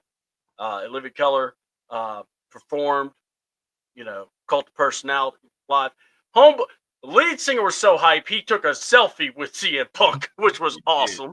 He had to. Paul Heyman for some reason just thought he was a guitar player, but Well, in a way, he was kind of forecasting what he was going to do. yeah, he was. His arms were involved in this match. So, So let's talk about the match, guys. I thought this match, WrestleMania Night 1, I thought was okay, but this made it better when you had that main event. But what did y'all think about the match and all the shenanigans and everything and your rating? So let's go to the casual. All right, so I'm gonna give you guys like I'm gonna give you guys the full Monty, so if you will. Guys, this match honestly is what put night 1 on the map.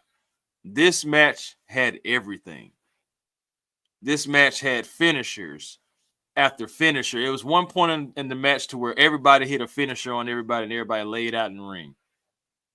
The entrances, the entrance were excellent. Everybody's entrance was excellent. Everybody's, including Roman Reigns, even though it seemed simple, it was powerful, and it even had like different members of his family and everything, going through the Titantron and everything, like the hanging ones. You had different things going on. Again, it was him. It did speak volumes. Seth freaking Rollins came out there looking like a member of the Ministry of Darkness at first, and then turned almost into Jesus.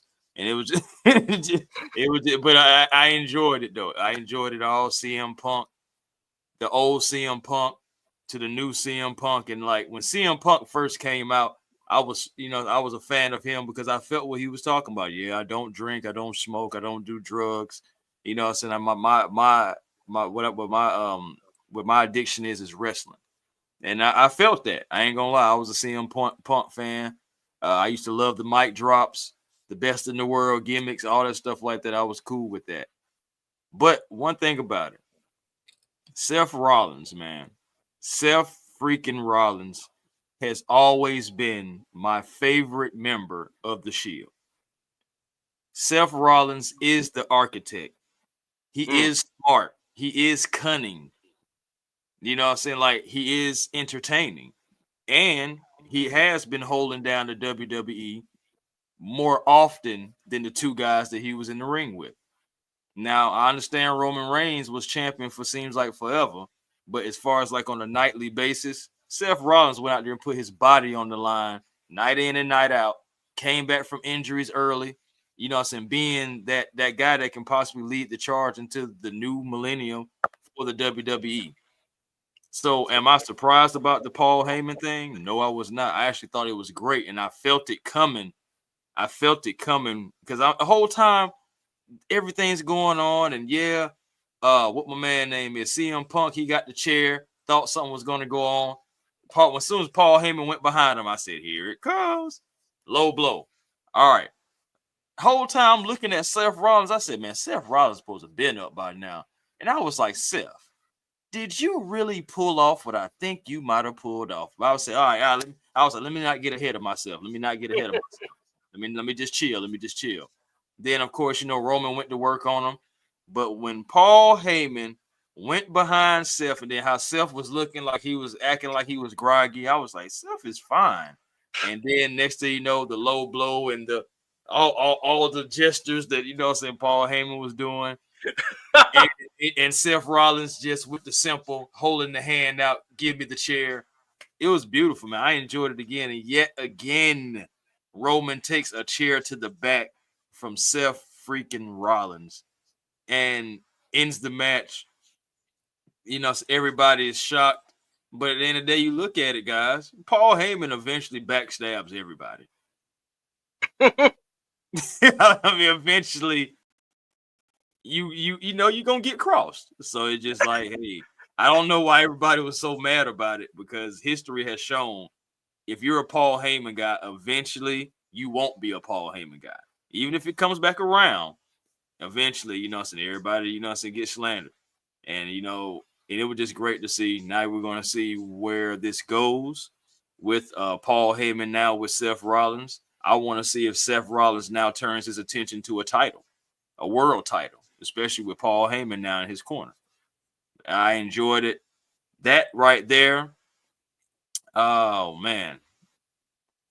That match right there definitely has to have whatever you guys would prefer as far as like drinks go, whatever your fancy, tequila, brown, whatever.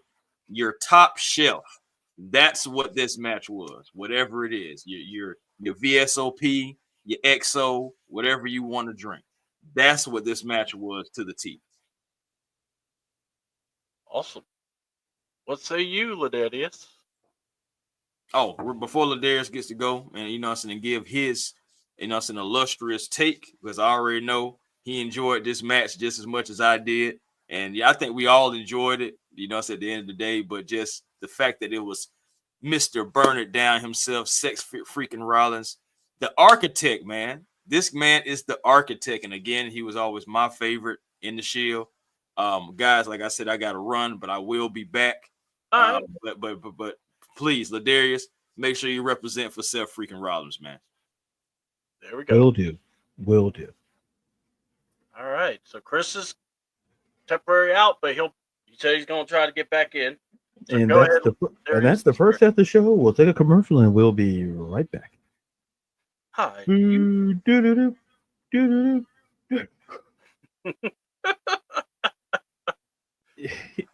Here's the thing. Yeah. It may sound like I'm a broken record, but I've said this on this. Seth Rollins, the past two WrestleManias, has played an integral part. Yeah. WrestleMania 40, he was like a role player. This one, he was the key player in all of this. Because if you really think about it, he was the guy that was out there and he was cutting some amazing promos throughout the build to this match. He talked about things like best for business. He went all in on CM Punk. He went all in on Roman. He's the guy that ties everything together. You couldn't have had this match without Seth Rollins. That's how important to the story. And you guys hear me talk about the story all the time, because to me, storytelling to me is a integral part of wrestling. And I'm not saying in every instance, but in more often than not, it is. And penultimately, what we saw was a masterpiece. It was cinema at its finest. What we saw Seth Rollins and Paul Heyman pull off was absolutely amazing. And if you saw Paul Heyman the whole match, we were thinking, oh man, he's conflicted between CM Punk, his best friend, and the creme de la creme of Paul Heyman guys versus Roman Reigns, his wise man. We thought that was like, oh, that's gonna, and it rings similar to another triple threat match that will, when we'll talk about later, or that I think kind of parallels what we saw with Io Sky, Rhea Ripley, and Bianca Belair. I think the ending to that match, I'm not going to say parallels is the same thing, but it ties in the same thing, because the match was about two of the three people. And I felt this match was more about Roman versus Punk because of the fact of Paul Heyman. And what made it interesting was the fact, like I say, oh my God, the thing with the chair. He gives it to Punk. And he says, yeah, you go hit him. And the next thing you know, Paul Heyman, one knee like he's proposing marriage, kerplunk between the legs. And so then Roman's like, oh, you're back on my side. And then you get to Roman. And Roman's like, he tells his wise man, get behind me. And the moment was set. so perfectly. Seth now facing away from Roman. And we've seen it play out so many times where Seth has hit Roman with the chair behind his back on multiple occasions. Now, this was the opportunity that Roman Reigns was living for and waiting for. And then when I saw Paul Heyman position, I'm like, if we get this, oh man, I'm gonna absolutely lose it. And we got it. And then in Paul Heyman fashion, he hands the chair to Seth Rollins like you're handing someone something delicate. Like a plate of food, like you're just handing, like it's like literally a silver platter, and hit Roman Reigns. That's storytelling.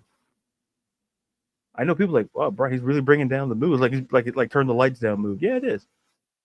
But because to me, I love this stuff. I love when you tell the story and it all ties itself together because no one was listening to the one guy who you should have been listening to, and that was Seth Rollins.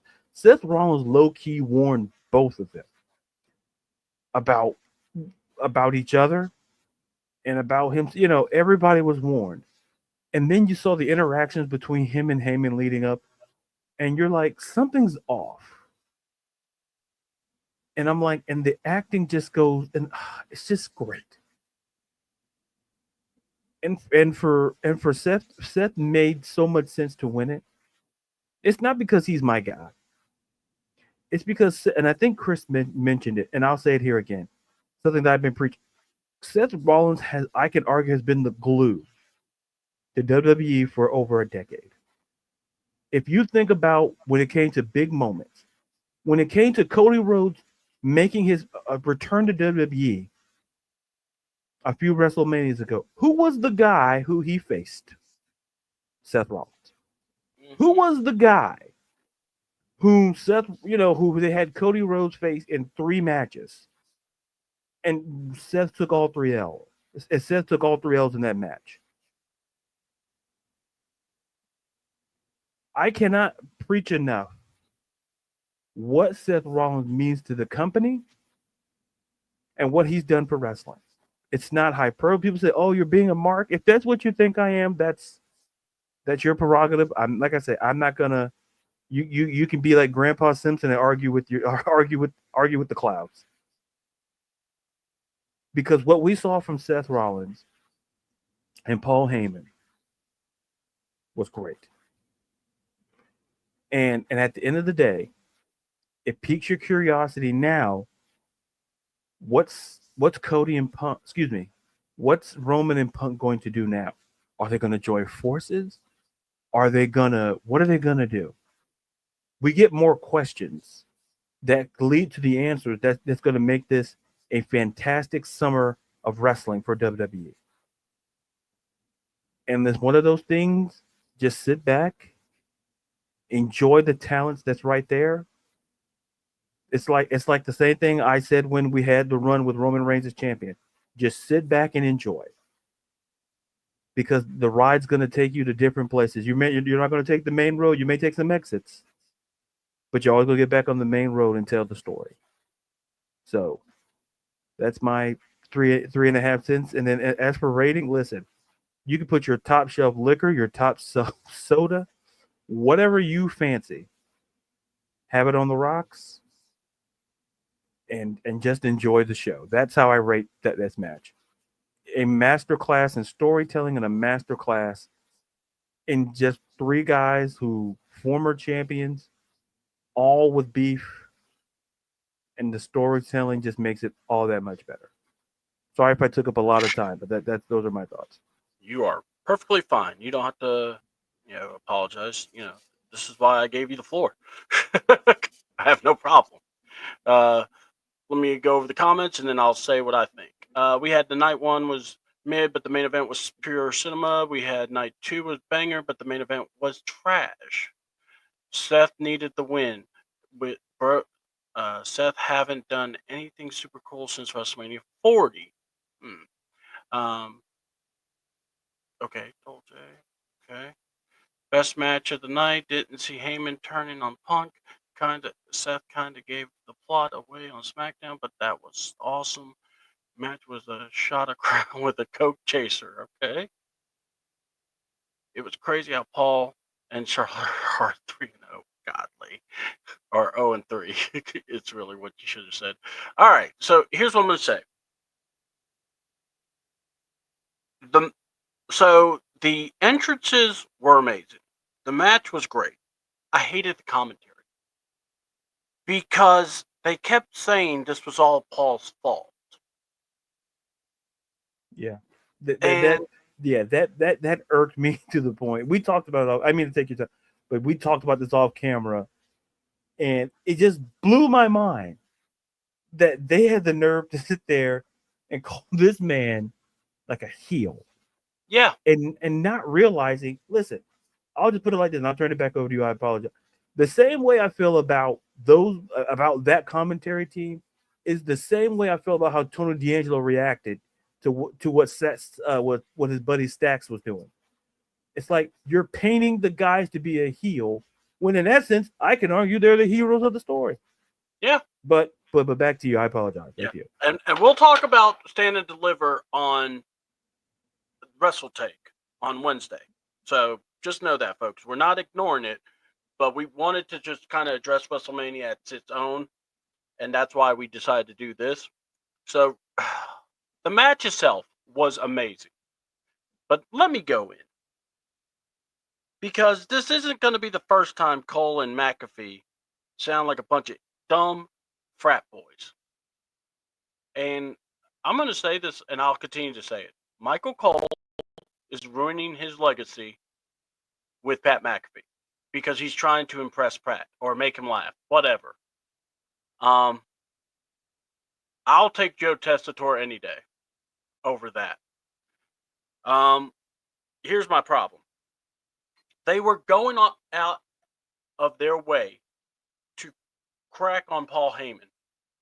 So let's go logical. Since CDouble tends to be, oh, you're just blowing it out because you don't like Pat McAfee and Cole. No, hold on.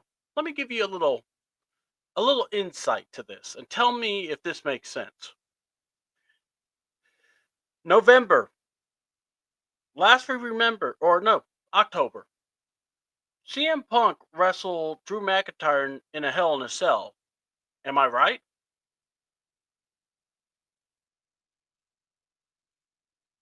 That was one of the most brutal Hell in a Cell matches, right?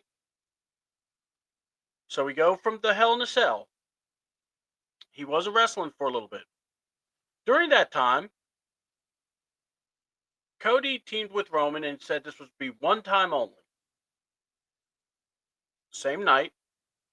And then we get this wonderful, let's try to get people to team with us. And it basically brought back the bloodline. You know, Sammy brought Jay in. Roman didn't want them on the team originally.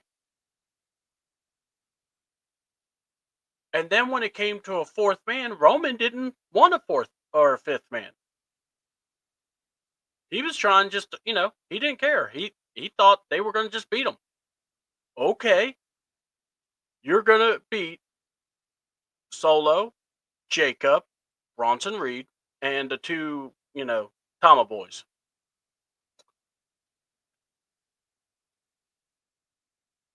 So your wise man makes a call to his best friend. Hey, I know you were in Hell in a Cell. Can you do me this favor? Be a part of the War Games. Survivor Series. Punk didn't have to do it. I get it, Seth was the first ask, but let's be honest, why would Seth want to team up with Roman? He made that very clear since WrestleMania. He's Right. the reason why Roman lost the belt. So we have the match. And Punk says, I am owed a favor. This wasn't a 6-man tag. It wasn't a tag team match. This was a War Games. So do you think there should have been a favor? I think there should have been a favor. So we go to the Rumble. Punk eliminates Roman. Roman says he's mad at Punk for eliminating him. I want to look at Roman and go, so would you have been this mad if it was Logan Paul? Would you have been this mad if it was Jey Uso? So what I'm saying is it was every man for himself. Let's brush that to the side. Because, Roman's brains got scrambled on the night where at Rumble by, Seth Rollins again.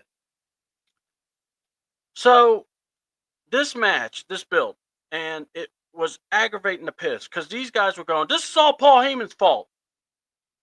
He betrayed Roman. How?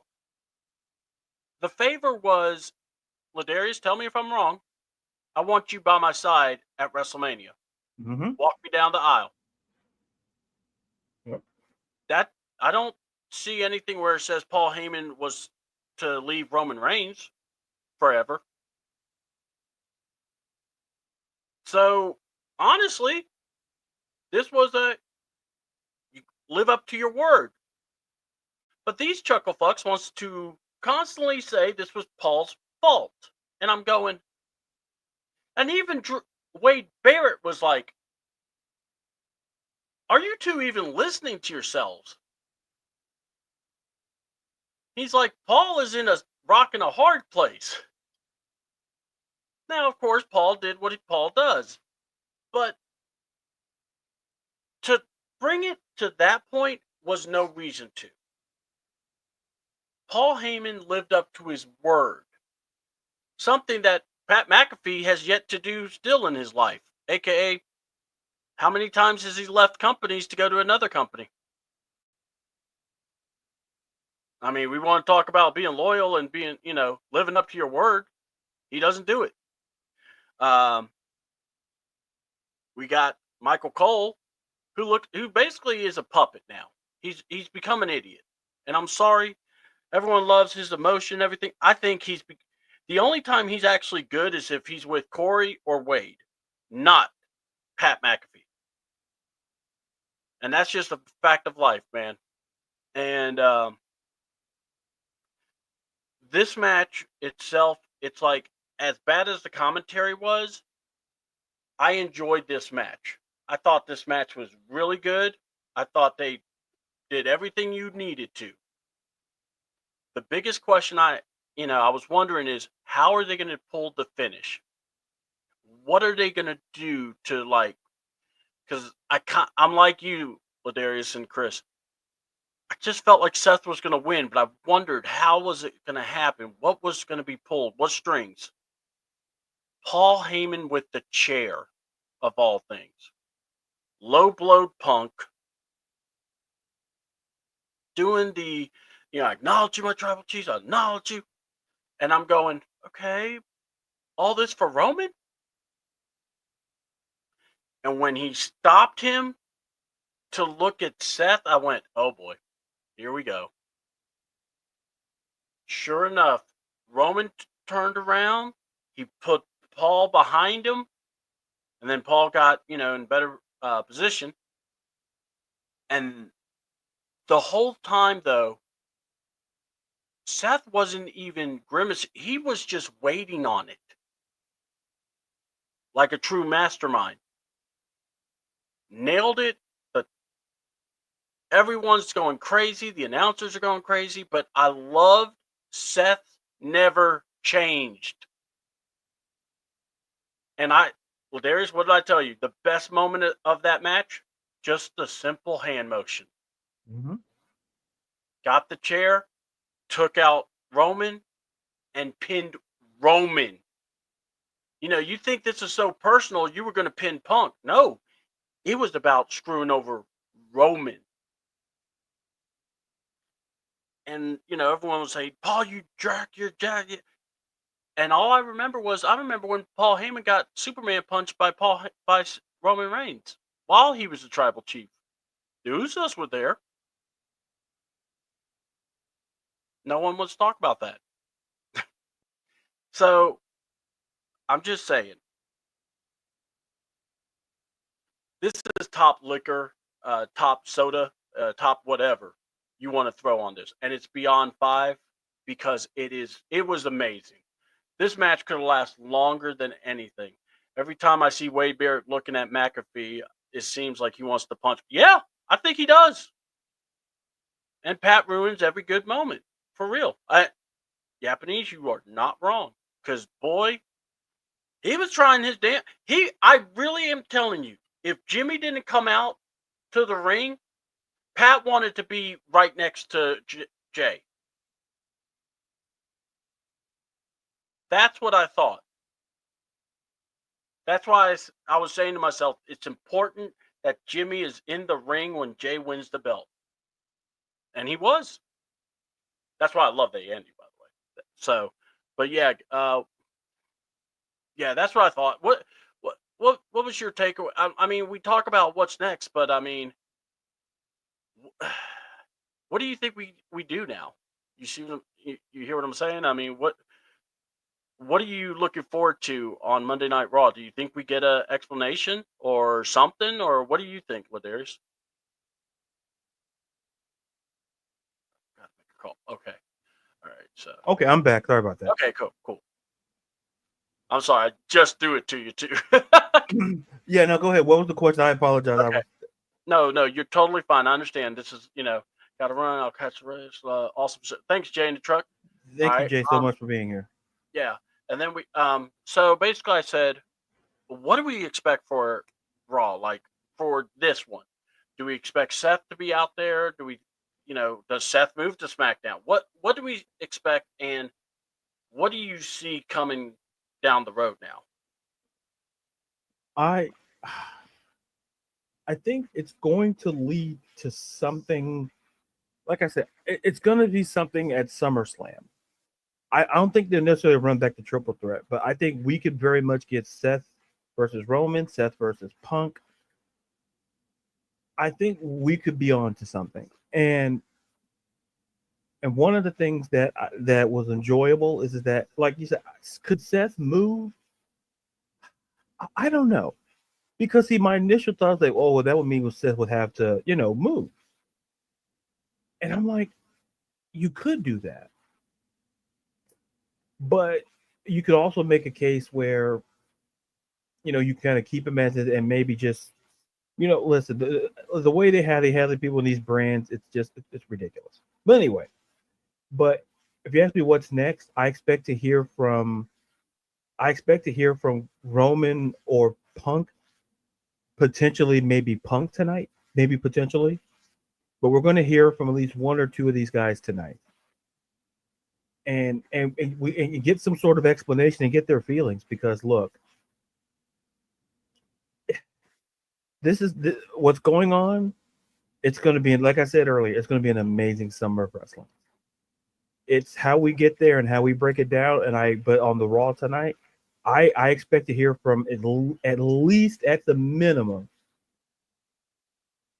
at least one. And my gut says we hear from Punk. Roman, I'm not entirely sure, but I think Punk would be the guy that we hear from. Yeah, see, that's the thing. Yeah, but I don't know. Because like I said, that's why I lean toward Punk. I said Punk and Roman, but then I thought about it. I said, well, maybe Punk will show up.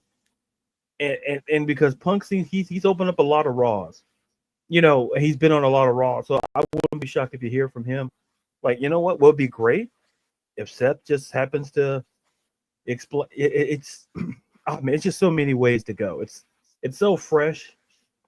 Well, like I said, part of me thinks it's going to be Punk that we probably hear from first.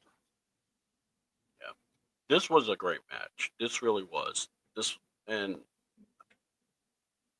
I want to hear from Seth and Heyman, but I think you saw CM Punk's reaction when he got out of Gorilla. He was just speechless. So that's good. I hope Roman isn't taking another 3-week or 3-month vacation, because it would be good to at least hear what he has to say.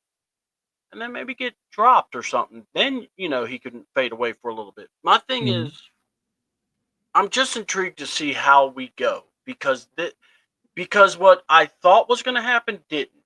So now I'm like, all right, let's see where we're doing here and what's this about, you know.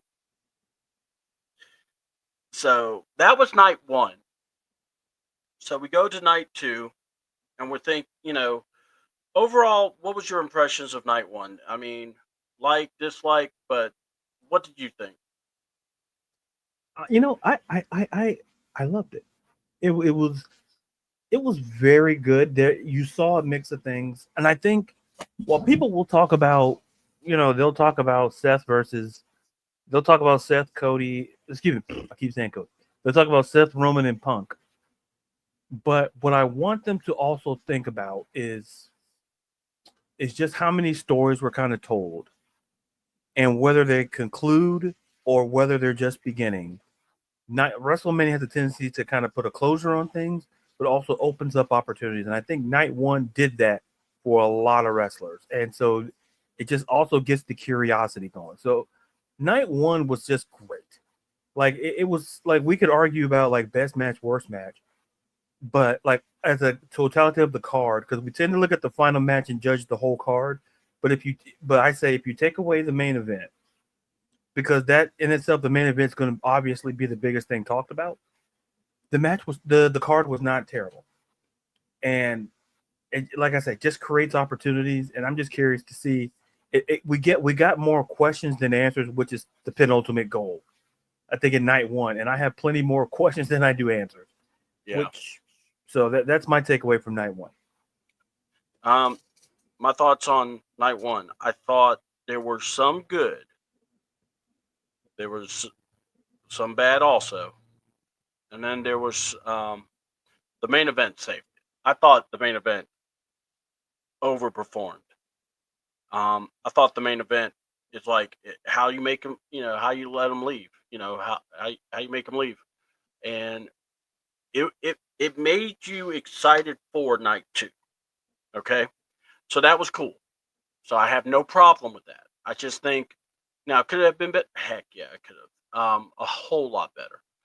We got Japanese. He's saying I hope Seth and joins the Rock and sells his soul. Then CM Punk teams up with Roman, and it will be the Rock's army of Rollins and Travis Scott. You can't forget about him. Punk, Roman, and their army. It, we'll talk. I don't think it will go that far because we got to make sure Rock has time in his precious schedule to do anything. Um, and I think I got a few comments about that. So because I got a lot of comments about Rocky. Um, so we'll talk about Mr. New Japan later. Let's see, or Mr. Via Satellite. And by the way, one quote that just popped out is basically Pat McAfee's trying to do one of his patented questions, saying people are saying you're a step slower, but I think you look at, and Cena goes, yeah, because you're freaking high. He's like, your company lets you come in high like this all the time? Straight faced.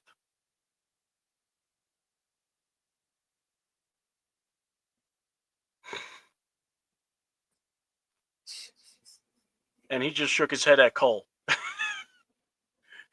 So, damn. Ooh, I just, keep pushing this guy. Y'all gonna see. He is a big fat phony, but that's just me. All right, let's talk about it. So the triple threat that a lot of us thought should be in the main event of night one was the leadoff match. My God, these women cooked. I mean, this is another top liquor match. I mean, this was awesome. Um, EO looked amazing. I loved Bianca having her stepdaughter being with her. I thought that was very beautiful, as well as the women, doing the jump rope and everything. Uh, Rhea Ripley, my God, with the Batman that laughs cosplay. By the way, they couldn't do the one because DC has this thing about literally like they don't want people trying to rip anything or anything, so they had to come up with a workaround, and I thought the hands was just the skeleton hands was just awesome. Just the way they designed it was freaking awesome, and the look she had was just badass. But what did you think of this women's? Look, we it's like this. The build to it was frustrating. I will say that. But in the back of my head, I kept going. Just get to the match because it's gonna be good. But what do you think, man? What say you with Io Sky retaining? But what's your rating? And what did you think of this match? Well, listen, this match had a lot of similarities to the main event that we saw night one, where the storyline was really the match was really about 2 to 3 people in the match. Yeah, this one had the same vibe because this was really about Rhea and Bianca, and Io just kind of, and as the champion, by the way, just feeling like an afterthought.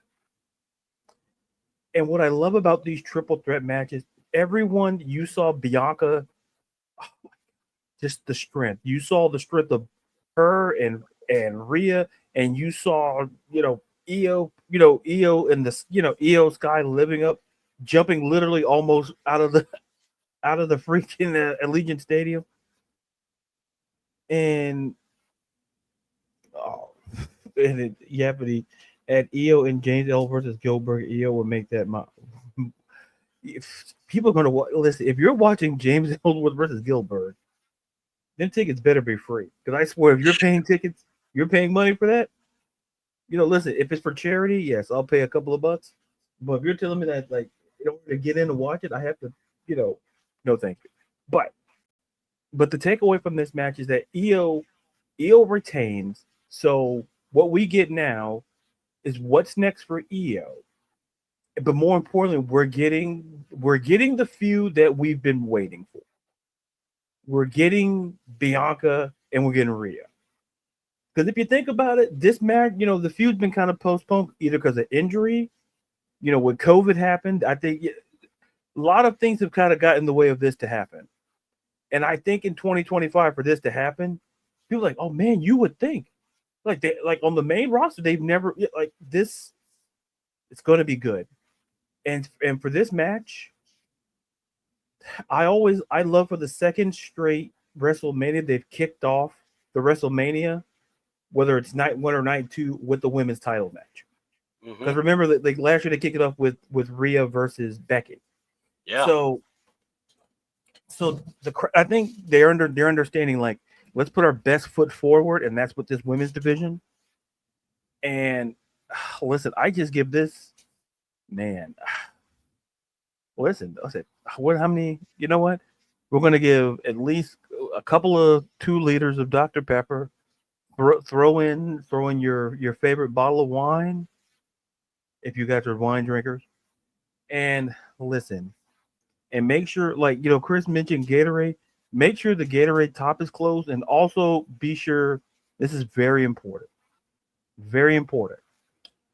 Also, make sure that your Gatorade it stays in the position, because if it's moved ever slightly, because see, you can get away with people like, oh, they'll, people be like, oh, people are being really smart and like, oh, we'll put the top back on it and they'll never know. No, I'll know. So it's like people try to use a straw. So be careful, people who are holding straws in their pockets, because they can just sip in and not touch and tighten that bad boy up. So you throw all of that in. So throw in all the Dr. Pepper, throw in the bottle of wine, throw in some Gator. This was fantastic because, once again, like I said with night 1, Wrestle, it's always been about like what's next. We're getting Rhea versus Bianca, and I just feel in my heart of hearts that storyline is going to get a whole lot more progressive, because I think Rhea's going to kind of be involved in the process of trying to prove that Bianca is not who people think she is. And like I said, I want to address, like, people are talking about, oh, they're booing her. Like, I kind of agree. Like, you're booing. Like, I was saying, like, oh, the crowd, like, she was getting booed in Europe. I don't think that was a race thing. I think booing now here. I hope it's the fact that's because they think she's. I want to think the fans are being progressive in thought and hoping she's going to be the heel. Because if y'all just booing Bianca just for the sake of booing Bianca, y'all should be ashamed of yourselves. Like Yeah. that's all I'm going to say. So I want to see everything play out with this because I think there's so much more when it comes to Bianca and Rhea. So, um, but also, what a match! It was a great match. This is top liquor style. This is something that you can savor, you could watch, you can enjoy over and over. So this was really great. 5 stars, 5 Coke zeros for me, but also top liquor's quality. This is like something you. This is something you can actually turn on and say, check this out and tell me what you think. And the for heel Bianca. It's like I want to say this is what like what you just said. I think it's a lot of people just kind of going. They've. It's they're like I they're want to waiting say for there's it. a whole They're lot of waiting people. for it. Yeah. Yeah, it's like they're seeing all the little pieces, and they're just waiting for it to all come together. So yeah, like I said, the first thing I wanted to say was I thought the thing with her and her stepdaughter was beautiful. I didn't even know she had a stepdaughter. So that's why I was like, man, that's really beautiful. So really do love that. I thought it was awesome. Um, let's talk about it. Sin City Street Fight. Priest McIntyre. Uh, now look, I wanted this to start outside, work its way in the ring, but they had the introductions. Priest had that guitarist. Really cool. I like a lot. As long as it's done right, I like a live intro. Um, what do you think of the match with McIntyre and Priest? And of course, I'm gonna be real simple. yeah, Listen, Drew McIntyre, folks. I've been trying to tell y'all his work. Like this match, like I kind of enjoyed it because I like when a street fight. I would like to see it go in the streets, but I understand it's Vegas. There's people out there. It's a tourist site, so I know you couldn't leave the stadium. But I loved the carnage and I loved everything that went into it, especially Drew grabbing his brother's phone and taking a picture and talking about bored at work. It's like Drew is just becoming. I can't stress how like Drew was out to basically take out Damien or AKA Timu Undertaker by some of those in the chat, like to take out Damien for real. And thank God CM Punk wasn't there to talk about safety because about safety because I think from the car incident you would learn. But to me, this match was great. I think the feud was great. Listen, the build wasn't terrible to this. I think people had to be more convinced. People thinking that Drew wouldn't do this type of match, but Drew, once again, just do like facing Damian Priest is terrible. There are worse opponents you could face. I'm gonna leave it like that. But all in all, I think the match was great. I'm gonna give it a 3 solid. I'm gonna give it 2 solid cases of Dr. Pepper and throwing a 2-liter just for the heck of it. all right. I'm gonna say this is a 12 pack of Coke Zero with a couple of cans of cherry Coke. Zero. All right. I've been trying to stay straight, but you know how it goes. So this was fun. This was just a good match. Look, it was already highly and personal. Wave rules so they could just do some crazy stuff. All right. Especially if you would have just done a regular match after that triple threat, it would have felt different. So I understand and I'm actually happy with the way it went. So let's see. Yeah, that's my thought on that match. Let's go into the fatal 4-way match because you say you have something to talk about. So we're going to bring that up because Dominic Mysterio wins the Intercontinental Champion, pins Finn Balor. Um, but let's just hear it. Ladarius, I want to hear what you guys say and what your rating is on this one. Well, first and foremost, congrats to Dom for winning the belt. Yeah. This match was fantastic. Like I said, what I love about these these multi superstar matches, everyone getting their stuff in and shining, and I think that match was the epitome. You saw Braun's strength, you saw Penta's athleticism, you saw Dominic Mysterio and his high fly, and you saw Finn's tactician. You saw him. But speaking of Finn, here's the thing. I'm happy, so happy for Dom. But when Finn Balor was mentioned earlier, it struck it was a reminder of what are they doing with Finn Balor? Because I just feel that something is off. And I think that if we're getting what I think we're getting, I'd feel okay. But if we don't get what I think we're getting, I'm going to be super upset.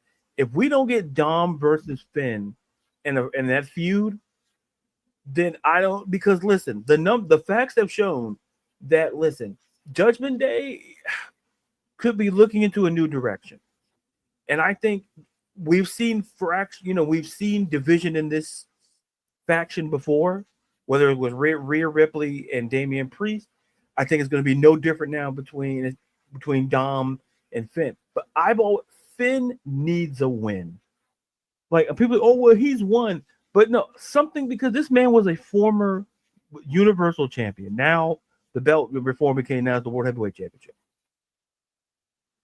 I just feel a part of it. What are they doing with Finn Balor? Because we talk about, like, you understand you can't push everybody, and I understand and I respect it. But at some point, when are we going to get that Finn Balor definitive win? Because it just felt like he wasn't the same dude after he faced Edge at WrestleMania. It felt like something was off. I believe he did fit, yes, if I'm not mistaken. So he wasn't the same dude. And listen, one moment can change the course of your career, and I think that match did. It's where you look up most of our history, where like you can pinpoint the moment where you could see the cracks starting to show, or you could kind of see like the decline starting to take place. For Finn, that was that for me, the WrestleMania when he faced Edge. I just want Finn to get a W. And listen, I hope that he gets a W coming out of this feud with Dom. I hope Dom holds the belt. But I'm not saying it's not meaningful, but I would have loved to see Finn win it, and you could have had Dom be the chaser. But if we do it reverse, I guess I'm okay with it, but it doesn't change the fact of how I feel that you could have gave this to Finn, but it's like really nitpicking. But it's still like, I just want Finn to succeed. Like, because it just blows my mind that, and we talked about, like, when I asked, when was his last significant singles win? Like where I said, like, it was a definitive win. Like, we're not tag team, not exclusive. So we're going to talk about a guy, it took him almost a decade to win a singles match. And I don't want that to be, to have something of significance. So that's my take. We'll just shout out to Dom. Listen, that match, you can throw some, it's another one of my favorite drinks. You know what? You can throw in, you throw in some, I mentioned Kool-Aid already.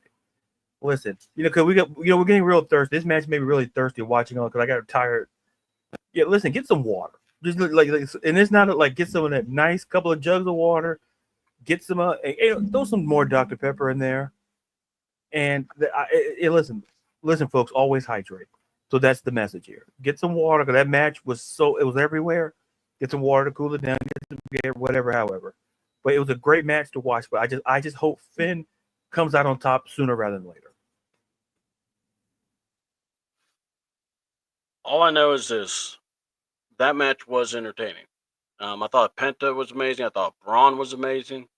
Even Carlito coming in at the spots he did. I just thought the right call was Dom. And I mean, it's not against anything against Finn. I just thought it's one of those. You added him for a reason. And I get it. And, it almost like that promo or that time when Finn, like, people are asking, why is Dom in this match? Why is Dom in kind of throwing shade at Dom, and I'm going, he just gave away that he's going to get pinned on this one. But I never said nothing because I just wanted to see if that actually was going to happen, and it did. I'm intrigued a lot because the fans, think about it. Dom was hated for so long. We talked about the Dom heat that he was getting, and then within what, just maybe a few weeks, it's been turning for him, and he's just been out there just doing his yeoman work. So I'm very happy for him. This is a guy that kind of worked his way in there and put it on site, and I want to see where it goes. And I'm like with you, Ladarius, that possibly I'm hoping this will benefit not just him but also Finn. That Finn will actually get maybe the belt also, or at least a run, because I remember seeing an article how people said Finn would get a run. So I'm like, okay, where's this run coming from? You see what I'm saying? So I'm just, like I said, I'm interested. I want to see how this rolls.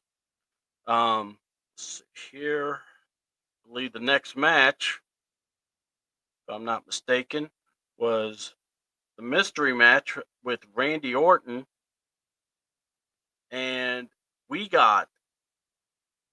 Let's just put it this way: if there was a poll, my rating on the 4-way, man, get your favorite. This was a favorite beverage kind of drink, and just drink 5 of them if you want it, and salute.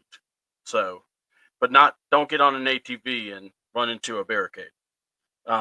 That's Jesus. something that we're all just gonna bring up. Hey, you guys all be safe out there. Consumes liquor, consumes the beverages after. What was his drinking point? Why we gotta do that? Oh, I don't know, because he crushed how many cans in front of him? Oh my god. So yeah, TNA, it was TNA's world champion, Joe Henry, that answered. And man, just the entrance.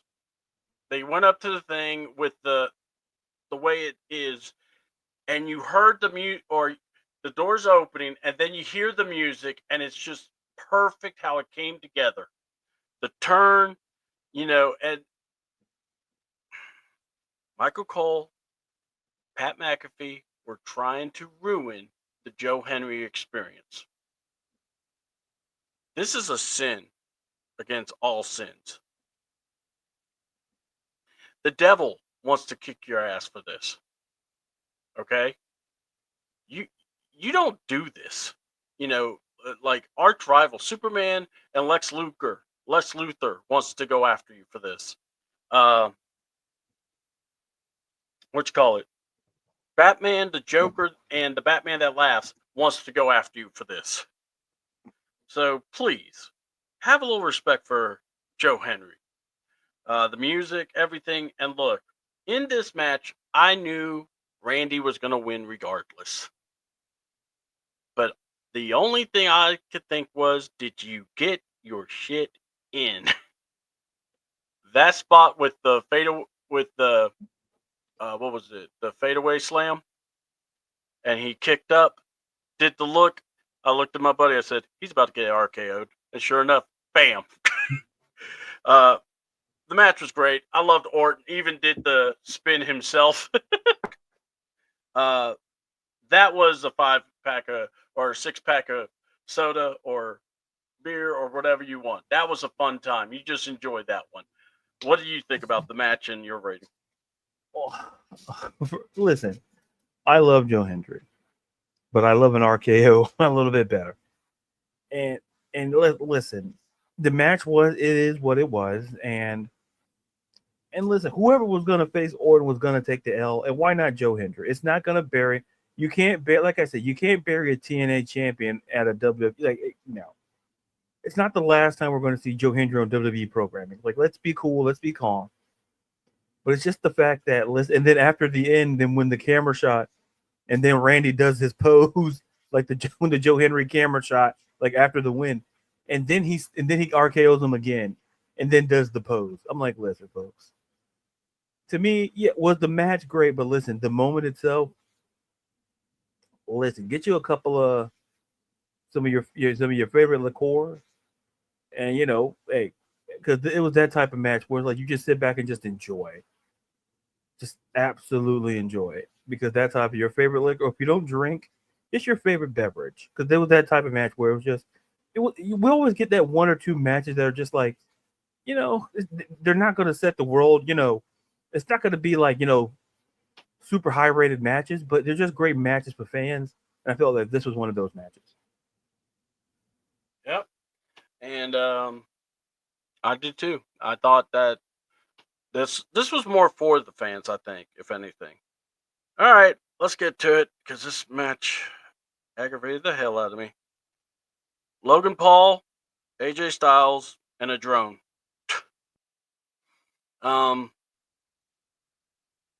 at some point, the brilliant commentary team, as you know, I'm not giving them that much credit, was talking about Logan Paul like he was the babyface. And I'm like, okay, now I'm definitely getting turned off with this match. So all I'm going to say is this. Logan Paul wins. Big whoop. The carrying cross thing was cool. I felt like Styles should have won this match. I thought he needed something, but, obviously we're not in charge. I get it. But, yeah, that's all I got to say. So this match to me was annoying. And I like Karrion Kross. I'd rather have seen Karrion Kross versus AJ than Logan Paul. So this match is a warm Prime Energy drink, and it's in the clearance rack, and they're trying to tell you to buy it, and you're still going, I really don't want to, though. So that's my rating. 1. All I'm going to say is this. I'm simply put, to the point so we can move on. Wrong guy won. You should have gave us Cross and Styles. That is all. There you go. Yeah. All right. Can't wait to throw this to you, because, I know how you felt. So, all right. So Bayley gets taken out at the pre-show. Lyra had to get a partner of her choosing, so the tag match could still happen. Lyra comes out, and then we get the man, Becky Lynch, and the eruption this woman got was amazing. I'm throwing it to you. Give me your rating and just what you thought of this match. First of all, this is going to be a completely unbiased rating. So let's. Who am I kidding? It's going to be biased. Now, the lies we don't tell ourselves. Listen, like I said, it was great to see the man come back around again. Folks, when I saw the Bayley thing, I jumped right on that old social media, put up one of my favorite Becky Lynch gifts. People I'm feeling, hope it doesn't happen. It happened, pal. It happened. Enjoy the moment. Enjoy the ride. If you don't like this roller coaster, you shouldn't have stood in line for it. Listen, I may not have liked for how Liv and Raquel lost the belts, but listen, I just feel that them winning, Becky and Lyra winning, it's going to lead to something, and that part of me feels that at some point, and it doesn't pain me to say because I love Becky Lynch. I think Becky's going to pull the old okey doke on Lyra. And what's a belt that Becky doesn't have on her resume? That old IC title. Mm-hmm. And then we could be saying something for potentially maybe SummerSlam. I'm just saying. Listen, we've seen how those women's tag belts. It seems that they always end up fighting each other, or then if you really sit down and break it down, especially like the last. I'm not saying Liv's gonna fight Raquel. That might be the outlier. But think about it. When Bianca and Jade were holding it, kind of feuding, and then Bianca and Jay, like it just feels like you're a women's tag champ. There's gonna be some kind of feud happening, and so listen, I give this match, listen, whatever Becky Lynch's favorite drinks are, all the Dr. Peppers. Listen, all y'all keep staying hydrated. All the sweet teas, all of it, all of it. That's my rating. Completely unbiased / biased rating. All right.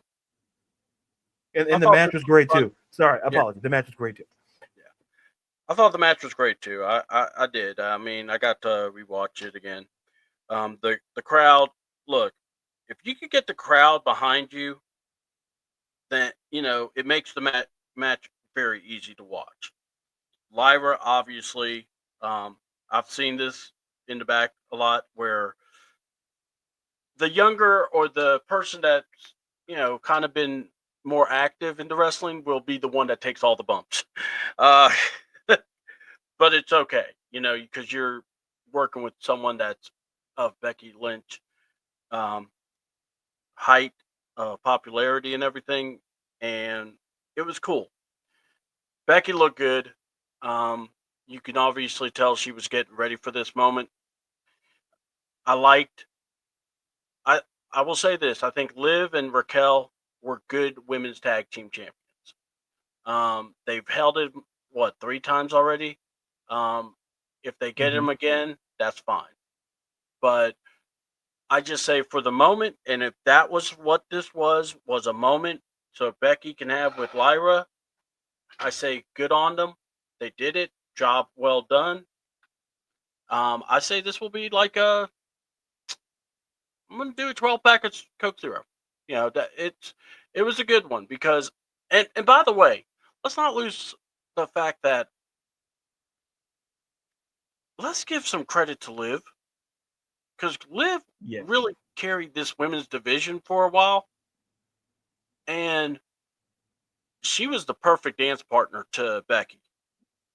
I really want to say that I wanted to give some credit out to Liv Morgan because she's really, uh, I thought, has really worked hard and really put it out there. The matches she had, hell, the match with Bailey Monday night was amazing.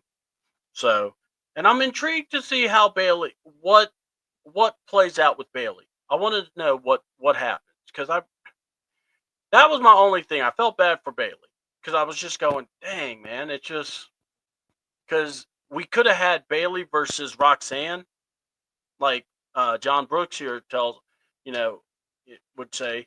But what's up, fellas? Mania didn't feel like Mania at all.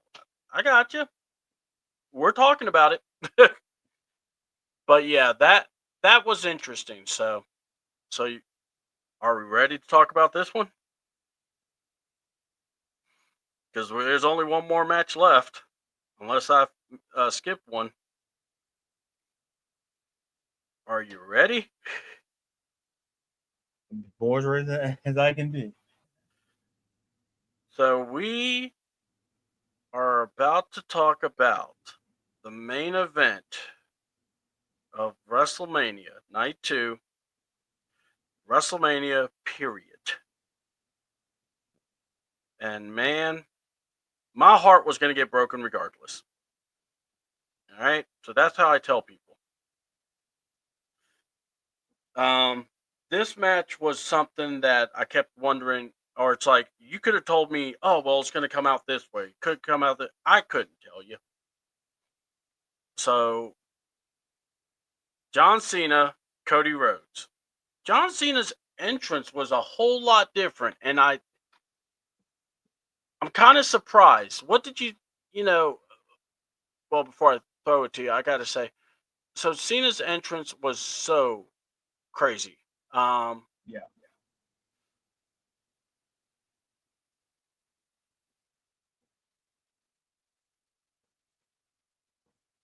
No, okay. I'll get to your comments, John. Just give me a second. I will say this about Cena and Cody's entrances were one was awesome. I mean, you got that Vegas feel, like, you know, Evil Knievel. And then that helmet that opened up, that was really awesome. I'm not even gonna lie. I'm a big Iron Man guy, so I thought that was freaking cool. Um, but the match itself, you kind of knew it was going to be tough because Cody was going to have to carry the whole match, basically. What did you think of the main event? And yes, the last freaking 10 minutes of that shitty match. But what did you think, and what's your rating on it? And, you know, it is what it is. So speak freely about what we call the main event of night 2. Look, I'm not gonna sit there and trash it. To me, if you take Travis Scott out of this, the match would have been significantly better. Because the one moment that I love is when Cody had the belt, and Cody had a choice. And listen, Cena, I think they talked about in the promo. Listen, to be the good guy or the bad guy. Yeah. Because Cody had the opportunity to knock the bejesus out of John Cena with that belt. But what happened? Cody chose to be the good guy. Cena took the belt. Bada book, bada boom. There you go. What made this match? Listen, I understand you need to edit somebody. People say, well, where was The Rock? Well, I understand that feeling. But here's the thing. You could have not added Travis Scott, and this would have been a great match. You could have still had a way with the world title, you know, and you didn't need Travis Scott. Listen, the Crossroads, listen, Cody had that receipt waiting, and that Crossroads, he should have thrown 2 of them. But it's just my thing is that I just didn't like the fact that Travis Scott's involvement in this match. And that's just simply, that's my only real qualm with this. I think in terms of the match, it was not terrible. It's just, you just didn't need Travis Scott. Like, it doesn't make sense. Because you're going to tell me that a guy now 17-time world champion needs Travis Scott's help? That's not believable. I'm sorry. Like, I understand the whole heel angle. I get it. But I don't understand why Travis Scott had the nerve to be out there. It's like, it simply doesn't make sense. And the more people, I guarantee you, the people who are upset, they're upset about Travis Scott they're not upset at the match. They're upset at Travis Scott's involvement. Because I need someone to tell me to justify Travis Scott being involved in this match. Because to me, it brought down the quality of this match. It's like this. There's a reason why movies get edited down before we see them. Is that if this was a movie, would you really need to see Travis Scott get a Crossroads from Cody? Did we really need that? That was a pop for the fans. Did we really need, if you could take Travis, we didn't need him. Like, there's no 6,000 ways about it. He was not needed in this match, and it showed. And people said, no, trust me, folks, there's been worse WrestleMania main events. Trust me. But listen, for the second time, we're not going to get through it, because that's a whole list in itself. Especially if you bought tickets to some of it. So I'm not going to bring up memories on that, because there's been worse WrestleMania main events. I didn't say it, folks. So listen, if I had to rate it, listen, no Travis Scott. Listen, I'd give you all the Kool-Aid, and I'll give you, a couple of packs of Dr. Pepper. But since Travis Scott's involved, listen, you can get a couple of jugs of water and a liter of Dr. Pepper.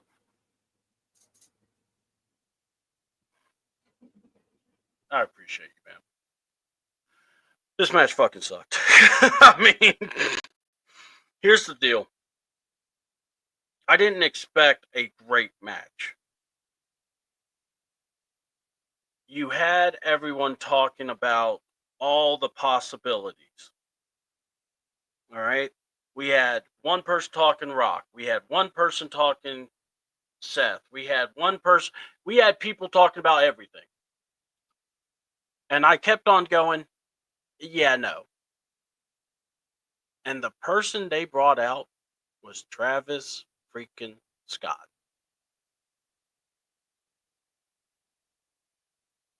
And here, Michael Cole and Pat McAfee were building him like a face. And I'm like, look, I get professionalism, call it down the middle. But then there's sometimes you say, screw it, we got to call it the way we call it. And this is where I just have to give credit to Wade Barrett. He made more sense than everybody else. And the whole moment where he had to decide, I get it. I like it. Now, Cena didn't come out to his theme. He didn't come out. He just did the black and white thing. And yet he said he's not changing. So I'm like going, what the heck are you doing then? It's just, there's a lot of inconsistencies. How about that? But this is what I will say. He is the champ. They were going to break history. They were going to find a way to beat, what was it? They were going to find a way to beat Cody, no matter what. I blame one man for this craptastic of a main event. The Rock. If you weren't going to be at Mania, don't put yourself in at Chamber. You did nothing to promote Mania. You did nothing to talk it up. And hold on, we got Chris Tipmore back here. Hold on. What's up, Tip? Yo. What up, man? Hey, man. Hey, I said I was gonna be back, man. Just had to go do some things, But Yeah, where y'all leave off at? Oh, we're at the main event now. So come on. Oh, wonderful. So hold on. First, let me read these comments here. We had that Bone Feud and Legendary. Don't boo Drew. Okay, I remember reading that earlier. All right. Then we had What's Up, Fellas. Didn't feel like Mania. I'll say JD was wrong about Charlotte putting Tiffany over. Charlotte did put over Tiffany. No, John, I'm going to say this with all due respect. Charlotte was saddlebagging Tiffany. She was being stiff with Tiffany.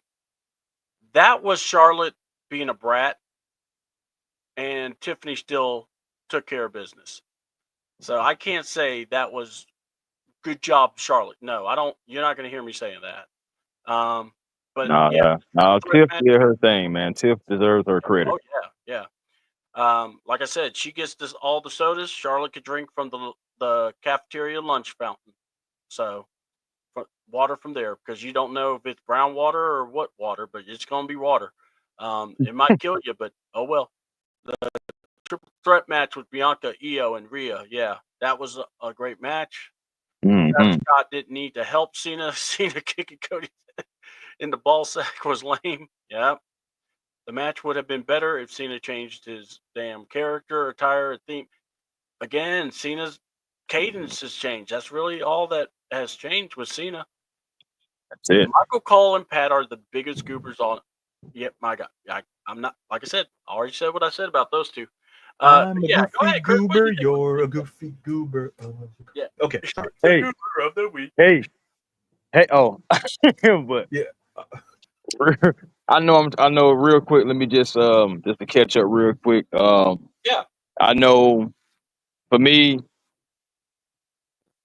the best match of night 2 was the triple threat between the ladies, Bianca, Io, and Rhea Ripley. Those ladies brought it, and the ending was spectacular. I do believe that Bianca should get a one-on-one match, and maybe Rhea, it's time for you to go figure something else out for a second. But yeah, man. I mean, but ultimately, I enjoyed that match. One of my favorite matches. Of course, a close second, and I'm talking about, and only off by a hair, would be the Drew McIntyre versus Damian Priest. I'm pretty sure y'all already done tore up Timu Taker about trying to walk on the ropes and got pushed off the off the ropes into the tables. So I'm not even gonna dive into that. But I know we're here at the main event, and the main event could have been so much better, especially what is it with Travis Scott? Do he have something on the WWE like behind the scenes? Like he got some footage or something? Because I really don't understand how he's so involved. I have no idea.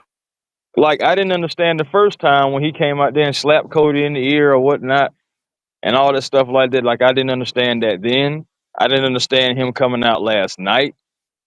And it was almost like Cena needed help and he came out there and helped Cena to a degree, it's about being a distraction. Got crossroads, all that stuff like that. It just I feel like the WWE universe deserved a better ending. I'm not saying that John Cena doesn't deserve to be the 17-time world champion. I'm not gonna say that. But the way that it ended, it made me cut my TV off. I ain't gonna lie to you. When I heard the music of Travis Scott coming out, I was like, bro, what are they doing?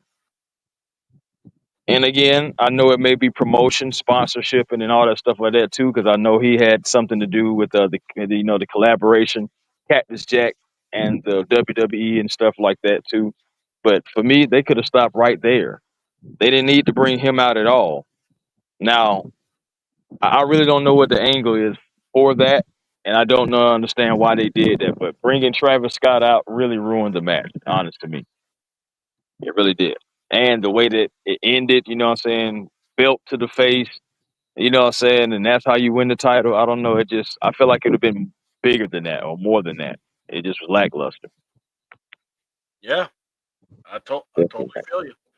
So if you had to put a rating, what's your rating on it? Oh man, see, and that's tough, man. Mm, I'll give it I'll give it 3 zero sugar vitamin waters. Ooh, all right. Yeah, I'll give it. I was just gonna, I was gonna give it a soda or two, but I wasn't gonna give it like the good one. I'd actually give him the Laura Lynn soda. So ain't got no taste. Don't really, it doesn't satisfy if anything. So Just say, hey, you can apply it. It wouldn't be wrong. It could have been better. I feel like they could have done better with that. I do agree with Dre. I feel like something on Cena should have changed. I don't know, man. Maybe he should have came out there rocking braids. I don't know, man. It just something should have just like changed on Cena. And it just like kind of like in the beginning, it was almost like he was just looking at everybody like, I really, I say like I'm here. I really don't want to be here, but look at this guy that you got me facing. It was just like the demeanor was there, but I wouldn't have mind him going back to the doctor of thugonomics for WrestleMania for all I heard. But ultimately, congratulations to John Cena. You know what I'm saying, being considered the GOAT and 17-time world champion. But I just wish it would have happened in, I guess, a more, flashy fashion. gotcha. Well, let's find out. So, like I said, man, WrestleMania as a whole, I thought was okay. That Mhm. look, there was no way you were beating WrestleMania 40, where Cody beat Roman. You beat that story, and you had The Rock and everything. But like I said, I blame The Rock because if you're gonna come in, but yet you're not gonna really be a part, then what are you doing? Let's if you're not gonna be able to make it, it's fine. Let the people do their jobs, come up with stuff, and you just take care of business. You know, look, I I don't want to say, oh man, they really could have used The Rock. You know, would we have wanted to see The Rock at WrestleMania? Of course we do. Everyone wants to see him. But the thing is you're never going to have that moment, or nothing's going to be the same again. Is my feeling, you know, and that's why looking at that from that point of view is eventually you have to build the new stars and just look at everyone else and go, Rock, we love you, but if you can't make it, you can't make it. Don't worry about it. And then like we said, we ended up getting Travis Scott, and man, talk about just like going, okay, so why do we need to have Travis Scott here? I mean, everyone just kind of brought that up too. Is why is Travis Scott why are we wanting Travis Scott? Why are we talking Travis Scott? you know? And I to say, man, Cena needed help to beat Cody Rhodes, and the only person he could count on was Travis Scott. That kind of makes it where you just feel like, okay, I feel like I'm on Punk. So, with that being said, what overall impressions of WrestleMania? Let's hear it. Where we want to go? Overall, WrestleMania, I think it was a good WrestleMania. Mm-hmm. I feel like some stars that should have went over. I do, even though I was rooting for Bianca Belair, I do agree that Io Sky was the right call. Yeah. Again, Seth Rollins. Man, that part, the tag team titles for New Day, that possibly can hopefully, change the trajectory maybe of that tag team division for them. So again, like I feel like ultimately overall it was a solid one. I do admit, even though I didn't watch 40 in its entirety, I did see matches, I did see clips and stuff like that, and I do admit it's hard to top 40. It may be hard to top 40 for a few years. We'll see. But yeah, ultimately, I wouldn't say it's bad. If it was what are we rating, like 1 out of 10 or something like that? If we had to go a 1 out of 10, I'd give it maybe like a 6.5, 7 out of 10, somewhere in that area. Um, Storylines were completed. Storylines may get enhanced and everything too. So it wasn't the worst thing you've seen. Okay, we had some bad matches, yeah, but it wasn't the worst thing you've seen. And guys went over, girls went over. People could retain titles. People got new titles. Dominic Mysterio, that was cool. That was real cool seeing him get his first title, IC title. Like Ladarius said last night, he probably said it on here too. Give me Vin versus Dominic Mysterio as fast as you possibly can. Mm-hmm. So yeah, All right. that's my thoughts. All right. What say you, Ladarius? First of all, thank you, Chris, for the shout out. I appreciate that. Okay. And what's up, Ryan? The birdcage in the chat. Listen, I'm gonna just say it like this. Overall, I give it 7.5, and that's just me personally. Because listen, to me, it was a great night because the man, like I say, I'm gonna keep saying it, the man came back around again.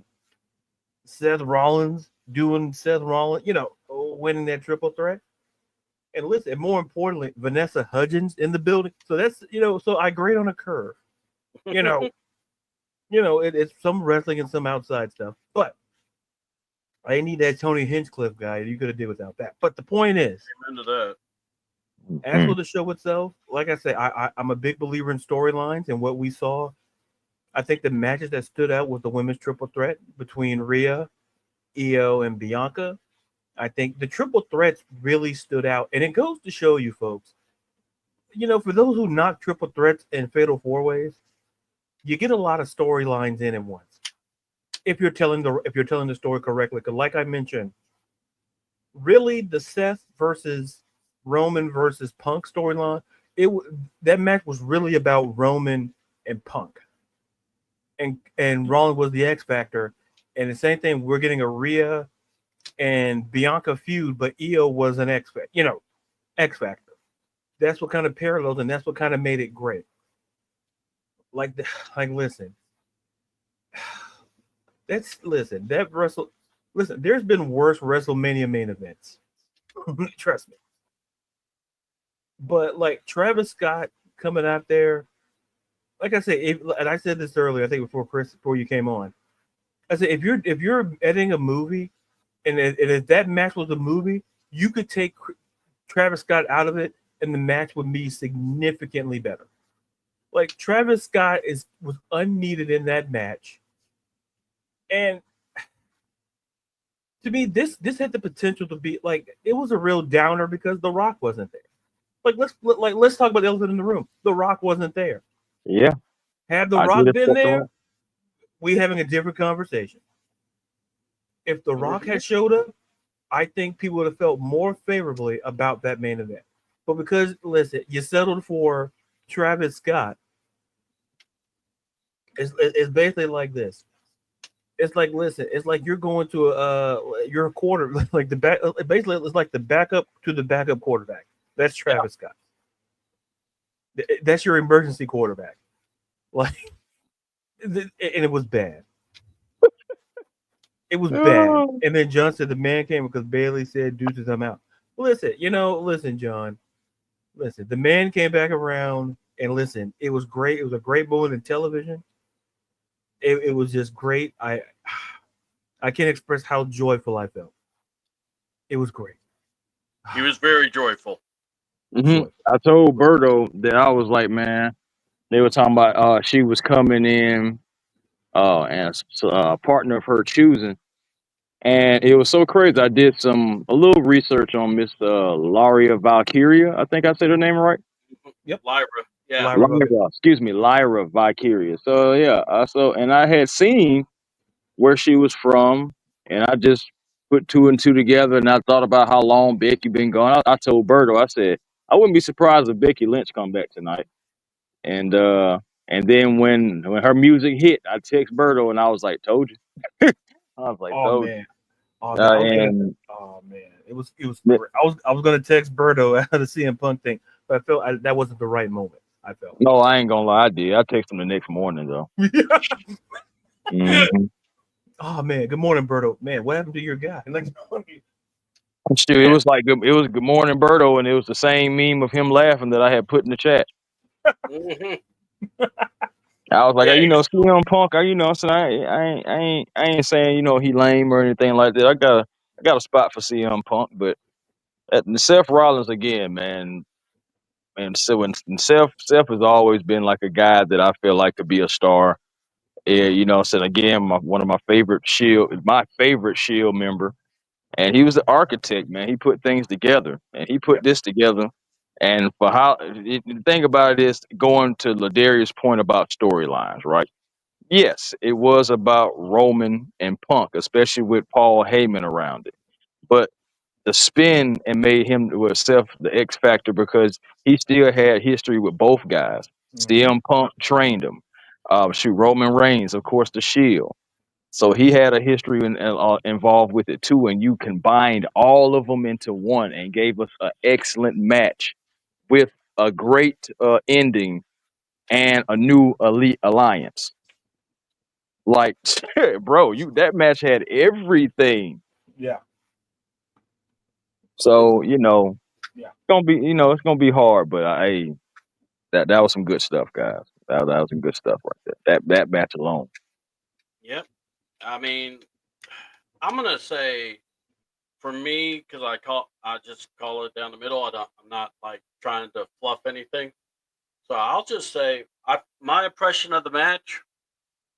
It's still gonna get like about, or not the match, but the show. It's gonna get about a 6. And I'm not trying to be mean or nothing. It's just being honest. No, you're mad about the Burger King hat. That's the real reason you agree.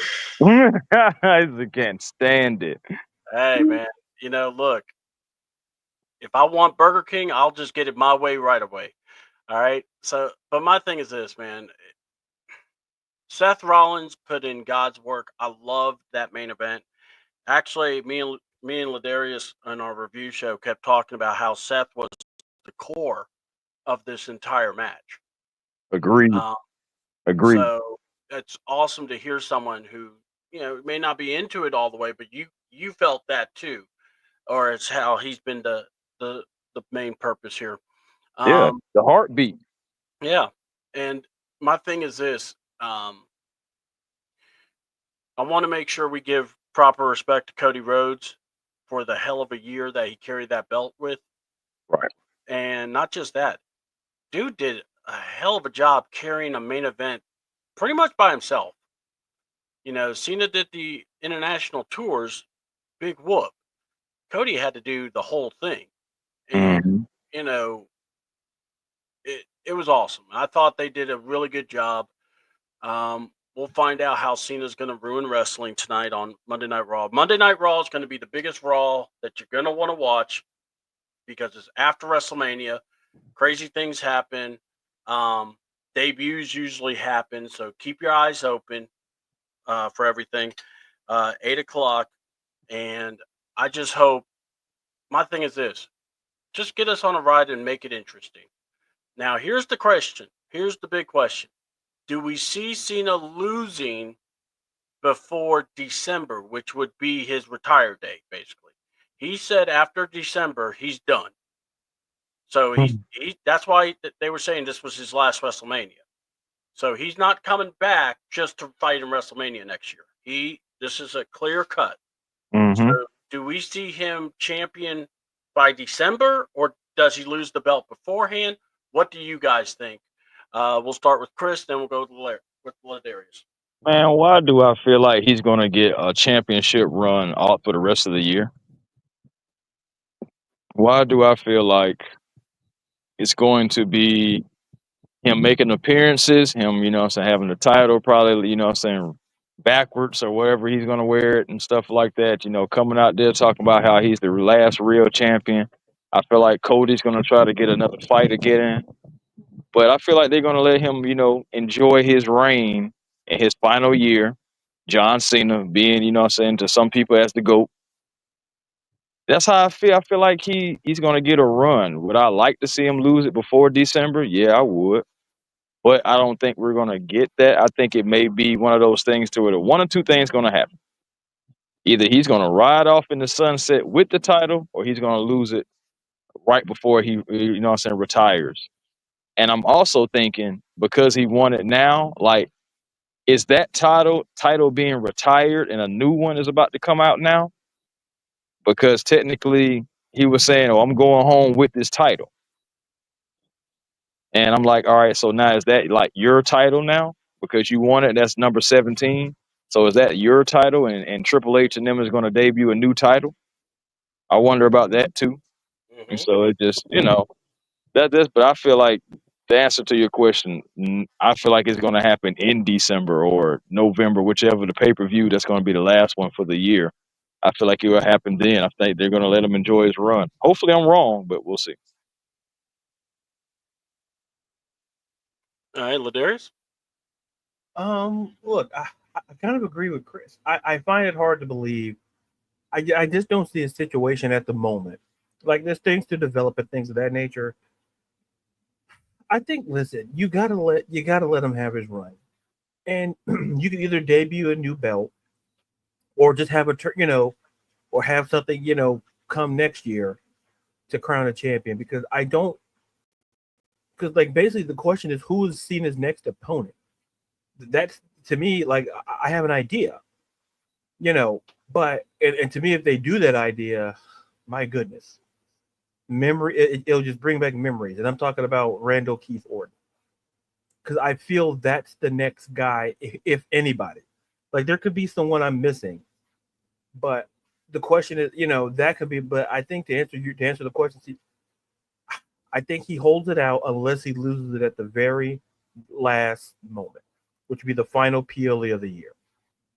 So I think he has a nice run, and let him ride it to the sunset. Hey, take the belt. The company can get another belt. We've seen it happen, and end of story.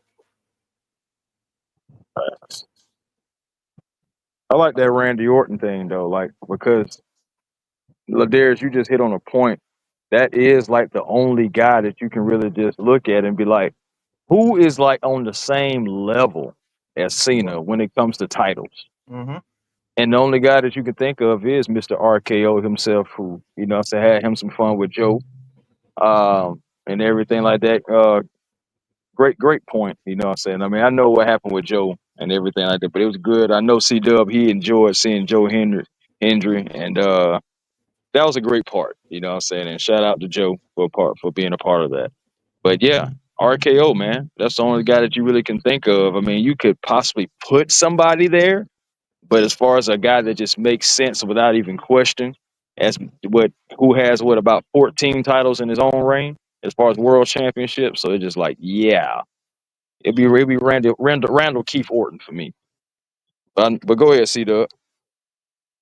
Real quick, I want to read. Someone asked The Rock if he was working Mania. The Rock response was, "Don't believe everything in here." Okay. Someone asked. Okay. Here's what I'm gonna say about that. Rock, stay out of it. Go. You've already ruined DC. You don't need to go ruin WWE. That's my thoughts on that. So, and I don't care. I mean, it's true. Um, so with John Cena, my thing is this. I think Randy Orton is going to be the next one. I think Cody will win the belt off Cena. I think they will, do something to basically build. Basically, it's about a chase now, and we know the deadline, and we know what we got to do. So I'm intrigued by it about what's going to happen, how it's going to happen, what needs to play out, and he broke the record, so he's 17 times. So now the question is, what do you do to make it memorable? I mean, do you make it a 1 month reign? Do you make it a two? I mean, personally, can he keep it till what was it? To I'm looking at the dates here. To what? Till SummerSlam, because that's going to be a 2 night thing. Yeah. So, but we'll see. It's just going to come. That's going to be the answer for everything, I think. And I still want to see how Seth Rollins evolves from Saturday to what happens now, because that is intriguing me a lot. So that's just my thoughts. Guys, let's do That's some what plugs I'm and saying. shout outs because it's getting around that time and I don't want to keep everyone too late. So, Chris Tipmore, tell the good people where to find you, give your shout outs and your plugs. Man, I ain't gonna lie to you. This has been a great conversation just talking about WrestleMania, and you got me thinking again, C Dub. And before we get up out of here, can you guys see John Cena versus Randy Orton versus Cody Rhodes triple threat match for the World Heavyweight title? Just simple, yes or no. I say yes.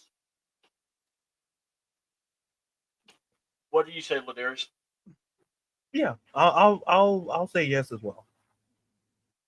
Yep, that's I think that'll be a excellent match, but that's intriguing though about what's going to happen next with Seth Rollins. Like I said, I feel like he's going to go after a title now. I feel like the table is set. I mean, he's won that match, which was pretty much whoever wins that match supposed to be leading the future for WWE. So I'm just like, I wouldn't be surprised to see him go after, what I'm saying, Cena himself, because Seth Rollins would do something like that. He has history with John Cena, and so I can see him doing that. With Paul Heyman in his corner. I can also see him going after Jimmy, but I mean Jay as well. So it's just like, what direction would he want to go? So that's a great one, C Dub. But for me, A1 Forever Sports, man, that's the platform on YouTube. Please come over, like, comment, and subscribe. Normally it's Hawks, Braves, and Falcons, but today it ended up being WrestleMania. So so you never know what's gonna happen with A1 Forever Sports, what we're gonna talk about over here.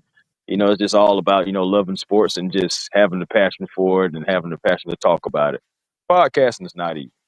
Also, A1 Forever on on Instagram and on Twitter. Yeah, that's what they're calling it.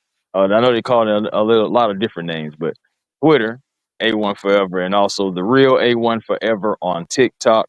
Please also come over to the Hawks Digest if you're a Hawks fan, because we also drop videos over there as well. Me and Walter Pollard, we're over there pounding the pavement for that channel, and just dropped a video real quick about Landry Fields, just thoughts about it, kind of introducing y'all to who is our new acting GM until further notice, Mr. Sala. and we're gonna see what happens with that. So, man, just come on over A1 Forever Sports and the Hawks Digest. Yeah. Do you know if that guy's going to be okay? So they are actively looking for a GM, though, right? It's like a president of basketball operations. Uh huh. So I mean, somebody that kind of going to help put the rosters and everything like that together. Because I mean, you had Sala as the assistant GM, and he has an impressive background. I mean, first of all, he worked 5 years within San Antonio Spurs. They have pedigree. Then he also worked with the Golden State Warriors as well, and they have pedigree as well. And he's coming from championship pedigrees, and he has 2 rings, I believe, himself. Just being in the front office and everything, just basketball relations, salary cap, team building. He has experience in all those and more. So it's just like I'm excited about it because when he was brought on from the Warriors, I was looking at it like, okay, he's coming in to help with the salary cap. But I didn't expect a move to be made this fast for where he's taking over. I was thinking maybe another season or two, possibly, coming in. But this move is kind of shocking that it happened this fast. But it also, you got to think about this too. If they got to bring in another guy to be an assistant GM to help you run the team, that's not a good thing. Talking about Philandry Fields, I'm just saying, like, that's not a good thing if they got to bring in another guy to help you with the salary cap. They got to bring in another guy to help you with development or team building and, so all this stuff like that, so it's just something to think about. And if I don't have it in front of me, but if my dates are correct from off of the top of my head, I believe he was here before we made the Dyson Daniels trade. So was that Landry? Was that Sala? Mm-hmm. So just something to think about. Oh yeah, we'll definitely be talking more about that because I definitely want to know. But yeah, so what we're gonna throw it over to Ladarius. Your shout outs and call outs, man. Tell us where to find you and shout out the good people if you like. Well, you can find me here. I'm here, but I know in the context of what you're talking about. Yeah. So, shout out to the chat, all of you, Dre, John, Carrie, Ryan. Where's my guy? Japanese. All of you got Millie Mills, William, Amy, Jay. All of you who took time out of your day, Dre, and all you, Riot, or to RJ, like all you guys who took time out of your day. I think, and then my tribe, and then my wise man, well, former wise man. But all of you took time out of your day to listen to us recap WrestleMania. It means the world. You can find me Twitter and TikTok at Ladarius_Brown. You can find me on Instagram Ladarius _Brown, right order for Beyond Women's Sports. You can find me on YouTube at Ladarius B. So I'm gonna start adding more stuff to the channel there. I've been kind of lackadaisical in that department. I'll get better. I apologize. And once again, like great chat, great, Chris, thank you for coming on. Like I say, check out his platform, check out his stuff. It's absolutely amazing. And thank you to CDouble, and once again, thank you to all of you taking time out of your day and just to have me yap and everybody else yap about wrestling. Oh, also, I know, I'll be having a podcast episode tomorrow because I had to get everything settled. I was working, I'm still an executive producer at heart. Setting up. So I have it'll be tomorrow at 6:30 Eastern time, and then we'll also be talking a little bit more wrestling. It's probably a little bit more as well. So once again, you'll see and or hear me again tomorrow as well. And once again, just thank all of you guys for absolutely everything. All right, awesome. And real quick, just as a side note, so people know, if you saw Randy Orton's tights, they were basically an homage to his original gear, and I just thought that was really cool. Because they were blue, and I'm like, because I remember playing the old wrestling. I'm like, wait a minute, I think those are the OG tights. I'm like, I wasn't trying to look at the man's tights. I was, but well, You know, it's funny. It's like I wasn't really thinking about it until someone put it on Facebook and it had a picture of it, and I went, "Okay, that's because you know you were when you see something, you're going, man, it looks familiar, but I don't know where it came from, and that's Right, why." right. So, and then I just want to thank everybody, Dre, Carrie, John Brooks, Birdcage. You know, A1, like Ladarius said, you know, we really appreciate Jay in the truck. We want to thank you. Japanese, my lord, you were bringing it. Uh, and just and Carrie and like I said, and Craig, the wise man. We're gonna have a talk with everybody about that come Wednesday. But and just want to thank Ladarius for being a part of the show. Like always, I appreciate you so much, my brother. And then I really want to thank Mr. Tip Moore, Chris, A1. I appreciate you. I know breaking news hit in the middle of our show, but I appreciate you coming back. But thank you so much, man. You are an inspiration. We appreciate you so much. And I'm glad you got to be a part of this with us. And if you want to find us, go to CDouble28 or CWTN. That's where you can find me. You Ladarius gave you his socials. Check out A1 Sports Forever Ever or Forever Sports. Definitely check him out. He's putting out some great stuff for Falcons, Braves, and even Hawks. So, and hopefully we'll get a championship out of one of our teams one day. Uh, so, with that being said, we just want to thank y'all so much. I'm C Dub. That's Ladarius. That's A1. We out. Peace. See us see us Wednesday at 5:30, where we talk Raw and everything else.